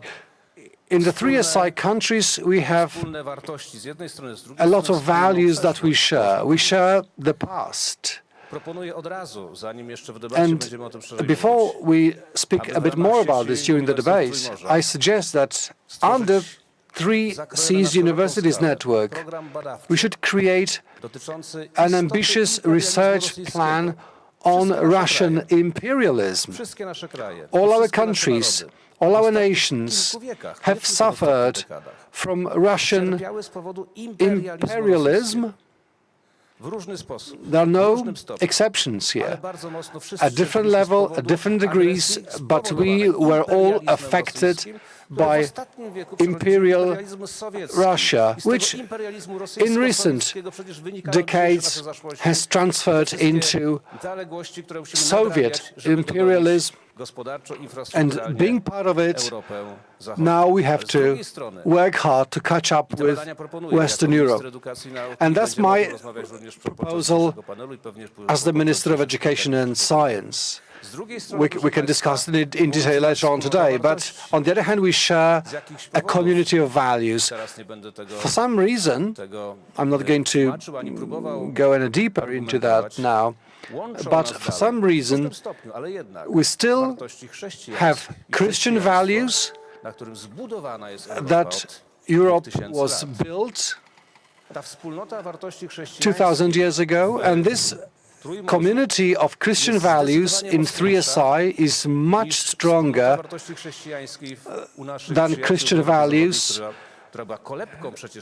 in Western Europe. That was the cradle of Christian civilization and Latin civilization. So also our universities here should study why our friends in Western Europe lose their Christian spirit, lose their Christian values, become non-religious people and depart from Christian civilization. And if they depart from the very core of Christianity, they depart from Latin civilization. So the question is, quo vadis, Western Europe? Where are you going, Western Europe? What is your aim? What civilization are you building? We can only imagine what this can be. I think if we believe, if we trust what civilization they're building, I think nobody in this room would like this kind of civilization for their children or grandchildren. That's why researchers from our 3SI universities should come together and maybe seek answers to this question. Only Lublin has everything you might need. Experts in agricultural business, University of Life Sciences. We have engineers from Lublin University of Technology, 70 years of history. We have great personnel at the Catholic University, at Marie Curie University, Medical University, one of the fastest growing medical academies in Poland. In many also private universities operating in Lublin and elsewhere in the region. We have recently reopened Zamość Academy, which was set up 200 years ago. And we have many, many more such locations, such educational centers in our 3SI countries. So if you want to really grow as countries, and not only in terms of infrastructure, but as a community, because we have to bridge the gaps created by the Soviet legacy, we have to build on the potential of our scientists. So I want to thank Marshal Stawiarski, the Executive Board of Lubelskie, Professor Kalinowski for this historical event that we are witnessing today, the establishment of 3C's Universities Network. Thank you. Thank you, Minister. Can you please stay with us on stage? Dlaczego? Dlatego, że za chwilę bardzo podniosły i niezwykle In a moment, a very important and solemn event, Mr. Minister and representatives of universities from East Central Europe will sign an agreement to establish a 3C's Universities Network. And this is possible thanks to close cooperation of the Ministry of the Catholic University of Lublin and our university partners. So I would like to ask the following to join us on stage as signatories of this agreement. Professor Darina Zajmova, Bulgaria. University of Trace. Professor, please join us. Professor Zoran Turza, Croatian Catholic University.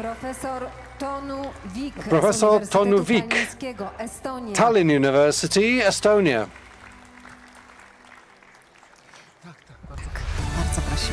Pani Vilma Biejkiene, Vytautas Magnus University, Lithuania. Professor Saulius Spurga, Nikolaus Romer University, Lithuania. Professor Vladislav Volkov, International Baltic Academy, Latvia. Professor Sergiu Miskoiu, Babeș-Băiaia University, Romania. Professor Mihaela Moravčíková, Trnava University, Slovakia. Profesor Martin Taraj, Katolicki Uniwersytet w Rużomberku, Słowacja. Professor Martin Taraj, Ružomberok University, Slovakia. Professor Luka Martin Tomažić, Alma Mater Europea, Slovenia. Profesor Natalia Savina, Profesor Natalia Savina, Wody i Środowiska w Równem, Ukraina. University of Water Natural Resources Management on Rivne, Ukraine, and online Professor Volodymyr Melnik, Ivan Franko National University of Lviv, Ukraine. The professor is online and, of course, ready Umowa to o utworzeniu sieci uniwersytetów append a virtual Trójmorza university. zostaje podpisana. So the agreement to establish Three Seas Universities Network has been signed. Please applaud the signatories and the initiative. A sygnatariuszy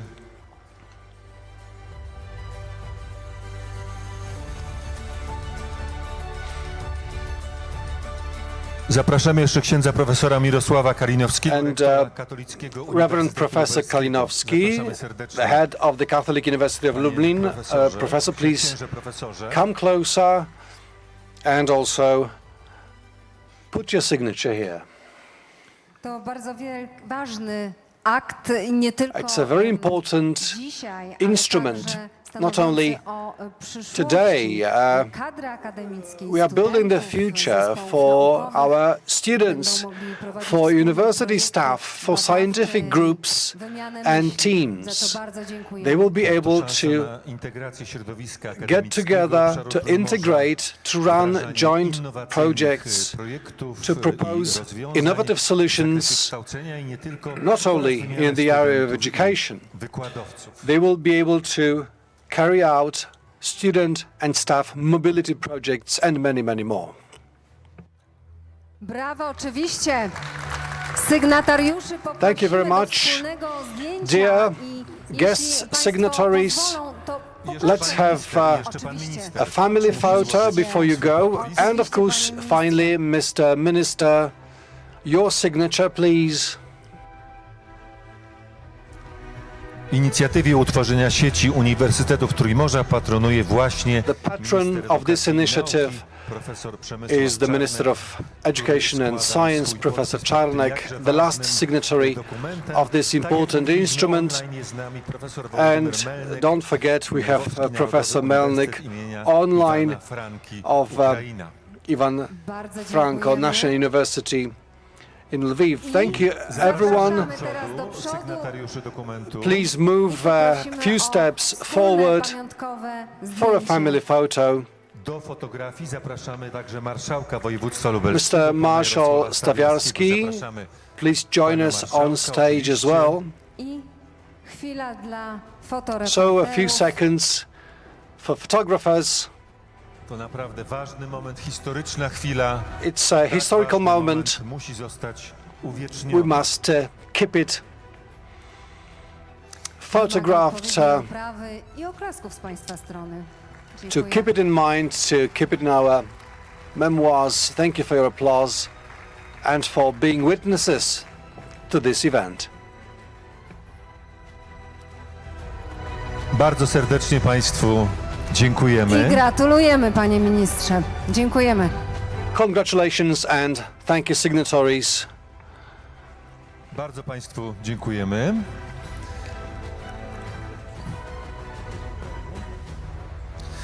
Przed ogłoszeniem przerwy przypominamy Państwu Before we break for lunch, strategicznych i głównych partnerów kongresu, bez których wsparcia we would nie just moglibyśmy remind się you dzisiaj who our spotkać. strategic Partnerami strategicznymi partners wydarzenia są are. KGHM Polska Miedź S.A., Polski koncern naftowy Orlen S.A., PKO Bank Polski S.A. PZU Powszechny Zakład Ubezpieczeń S.A., Partnerami wydarzenia są Agencja Rozwoju Przemysłu S.A., Bank Gospodarstwa Krajowego, Bank PKO S.A., Lubelski Węgiel Bogdanka S.A., Enea S.A., Giełda Papierów Wartościowych, Grupa Azoty Puławy S.A., Krajowa Grupa Spożywcza, właściciel marki Polski Cukier, LHS Linia Hutnicza Szerokotorowa Spółka ZOO, Grupa OX2, Polska Agencja Informacji Handlowej, Grupa PFR, PFR Portal PPK, PGE Polska Grupa Energetyczna S.A., Polskie Koleje Państwowe S.A. Totalizator Sportowy, właściciel marki Lotto. Szanowni Państwo, zapraszamy na przerwę, która potrwa Ladies and do gentlemen, 13:00. W tym czasie our proponujemy break Państwu lunch. will Dziękujemy last za tę until pierwszą 1 ważną o'clock. część naszego Enjoy your spotkania. lunch over this time. Thank you for being with us so far. And after lunch, we resume our sessions Zaś wieczorem spotkamy się in the ponownie adjacent tutaj, building na of the uroczystej Lublin gali Conference Center. We will see you back in this hall for the evening concert. And please return your headsets if you have been listening to interpretation. You will be able to pick them up again before every session. enjoy your break.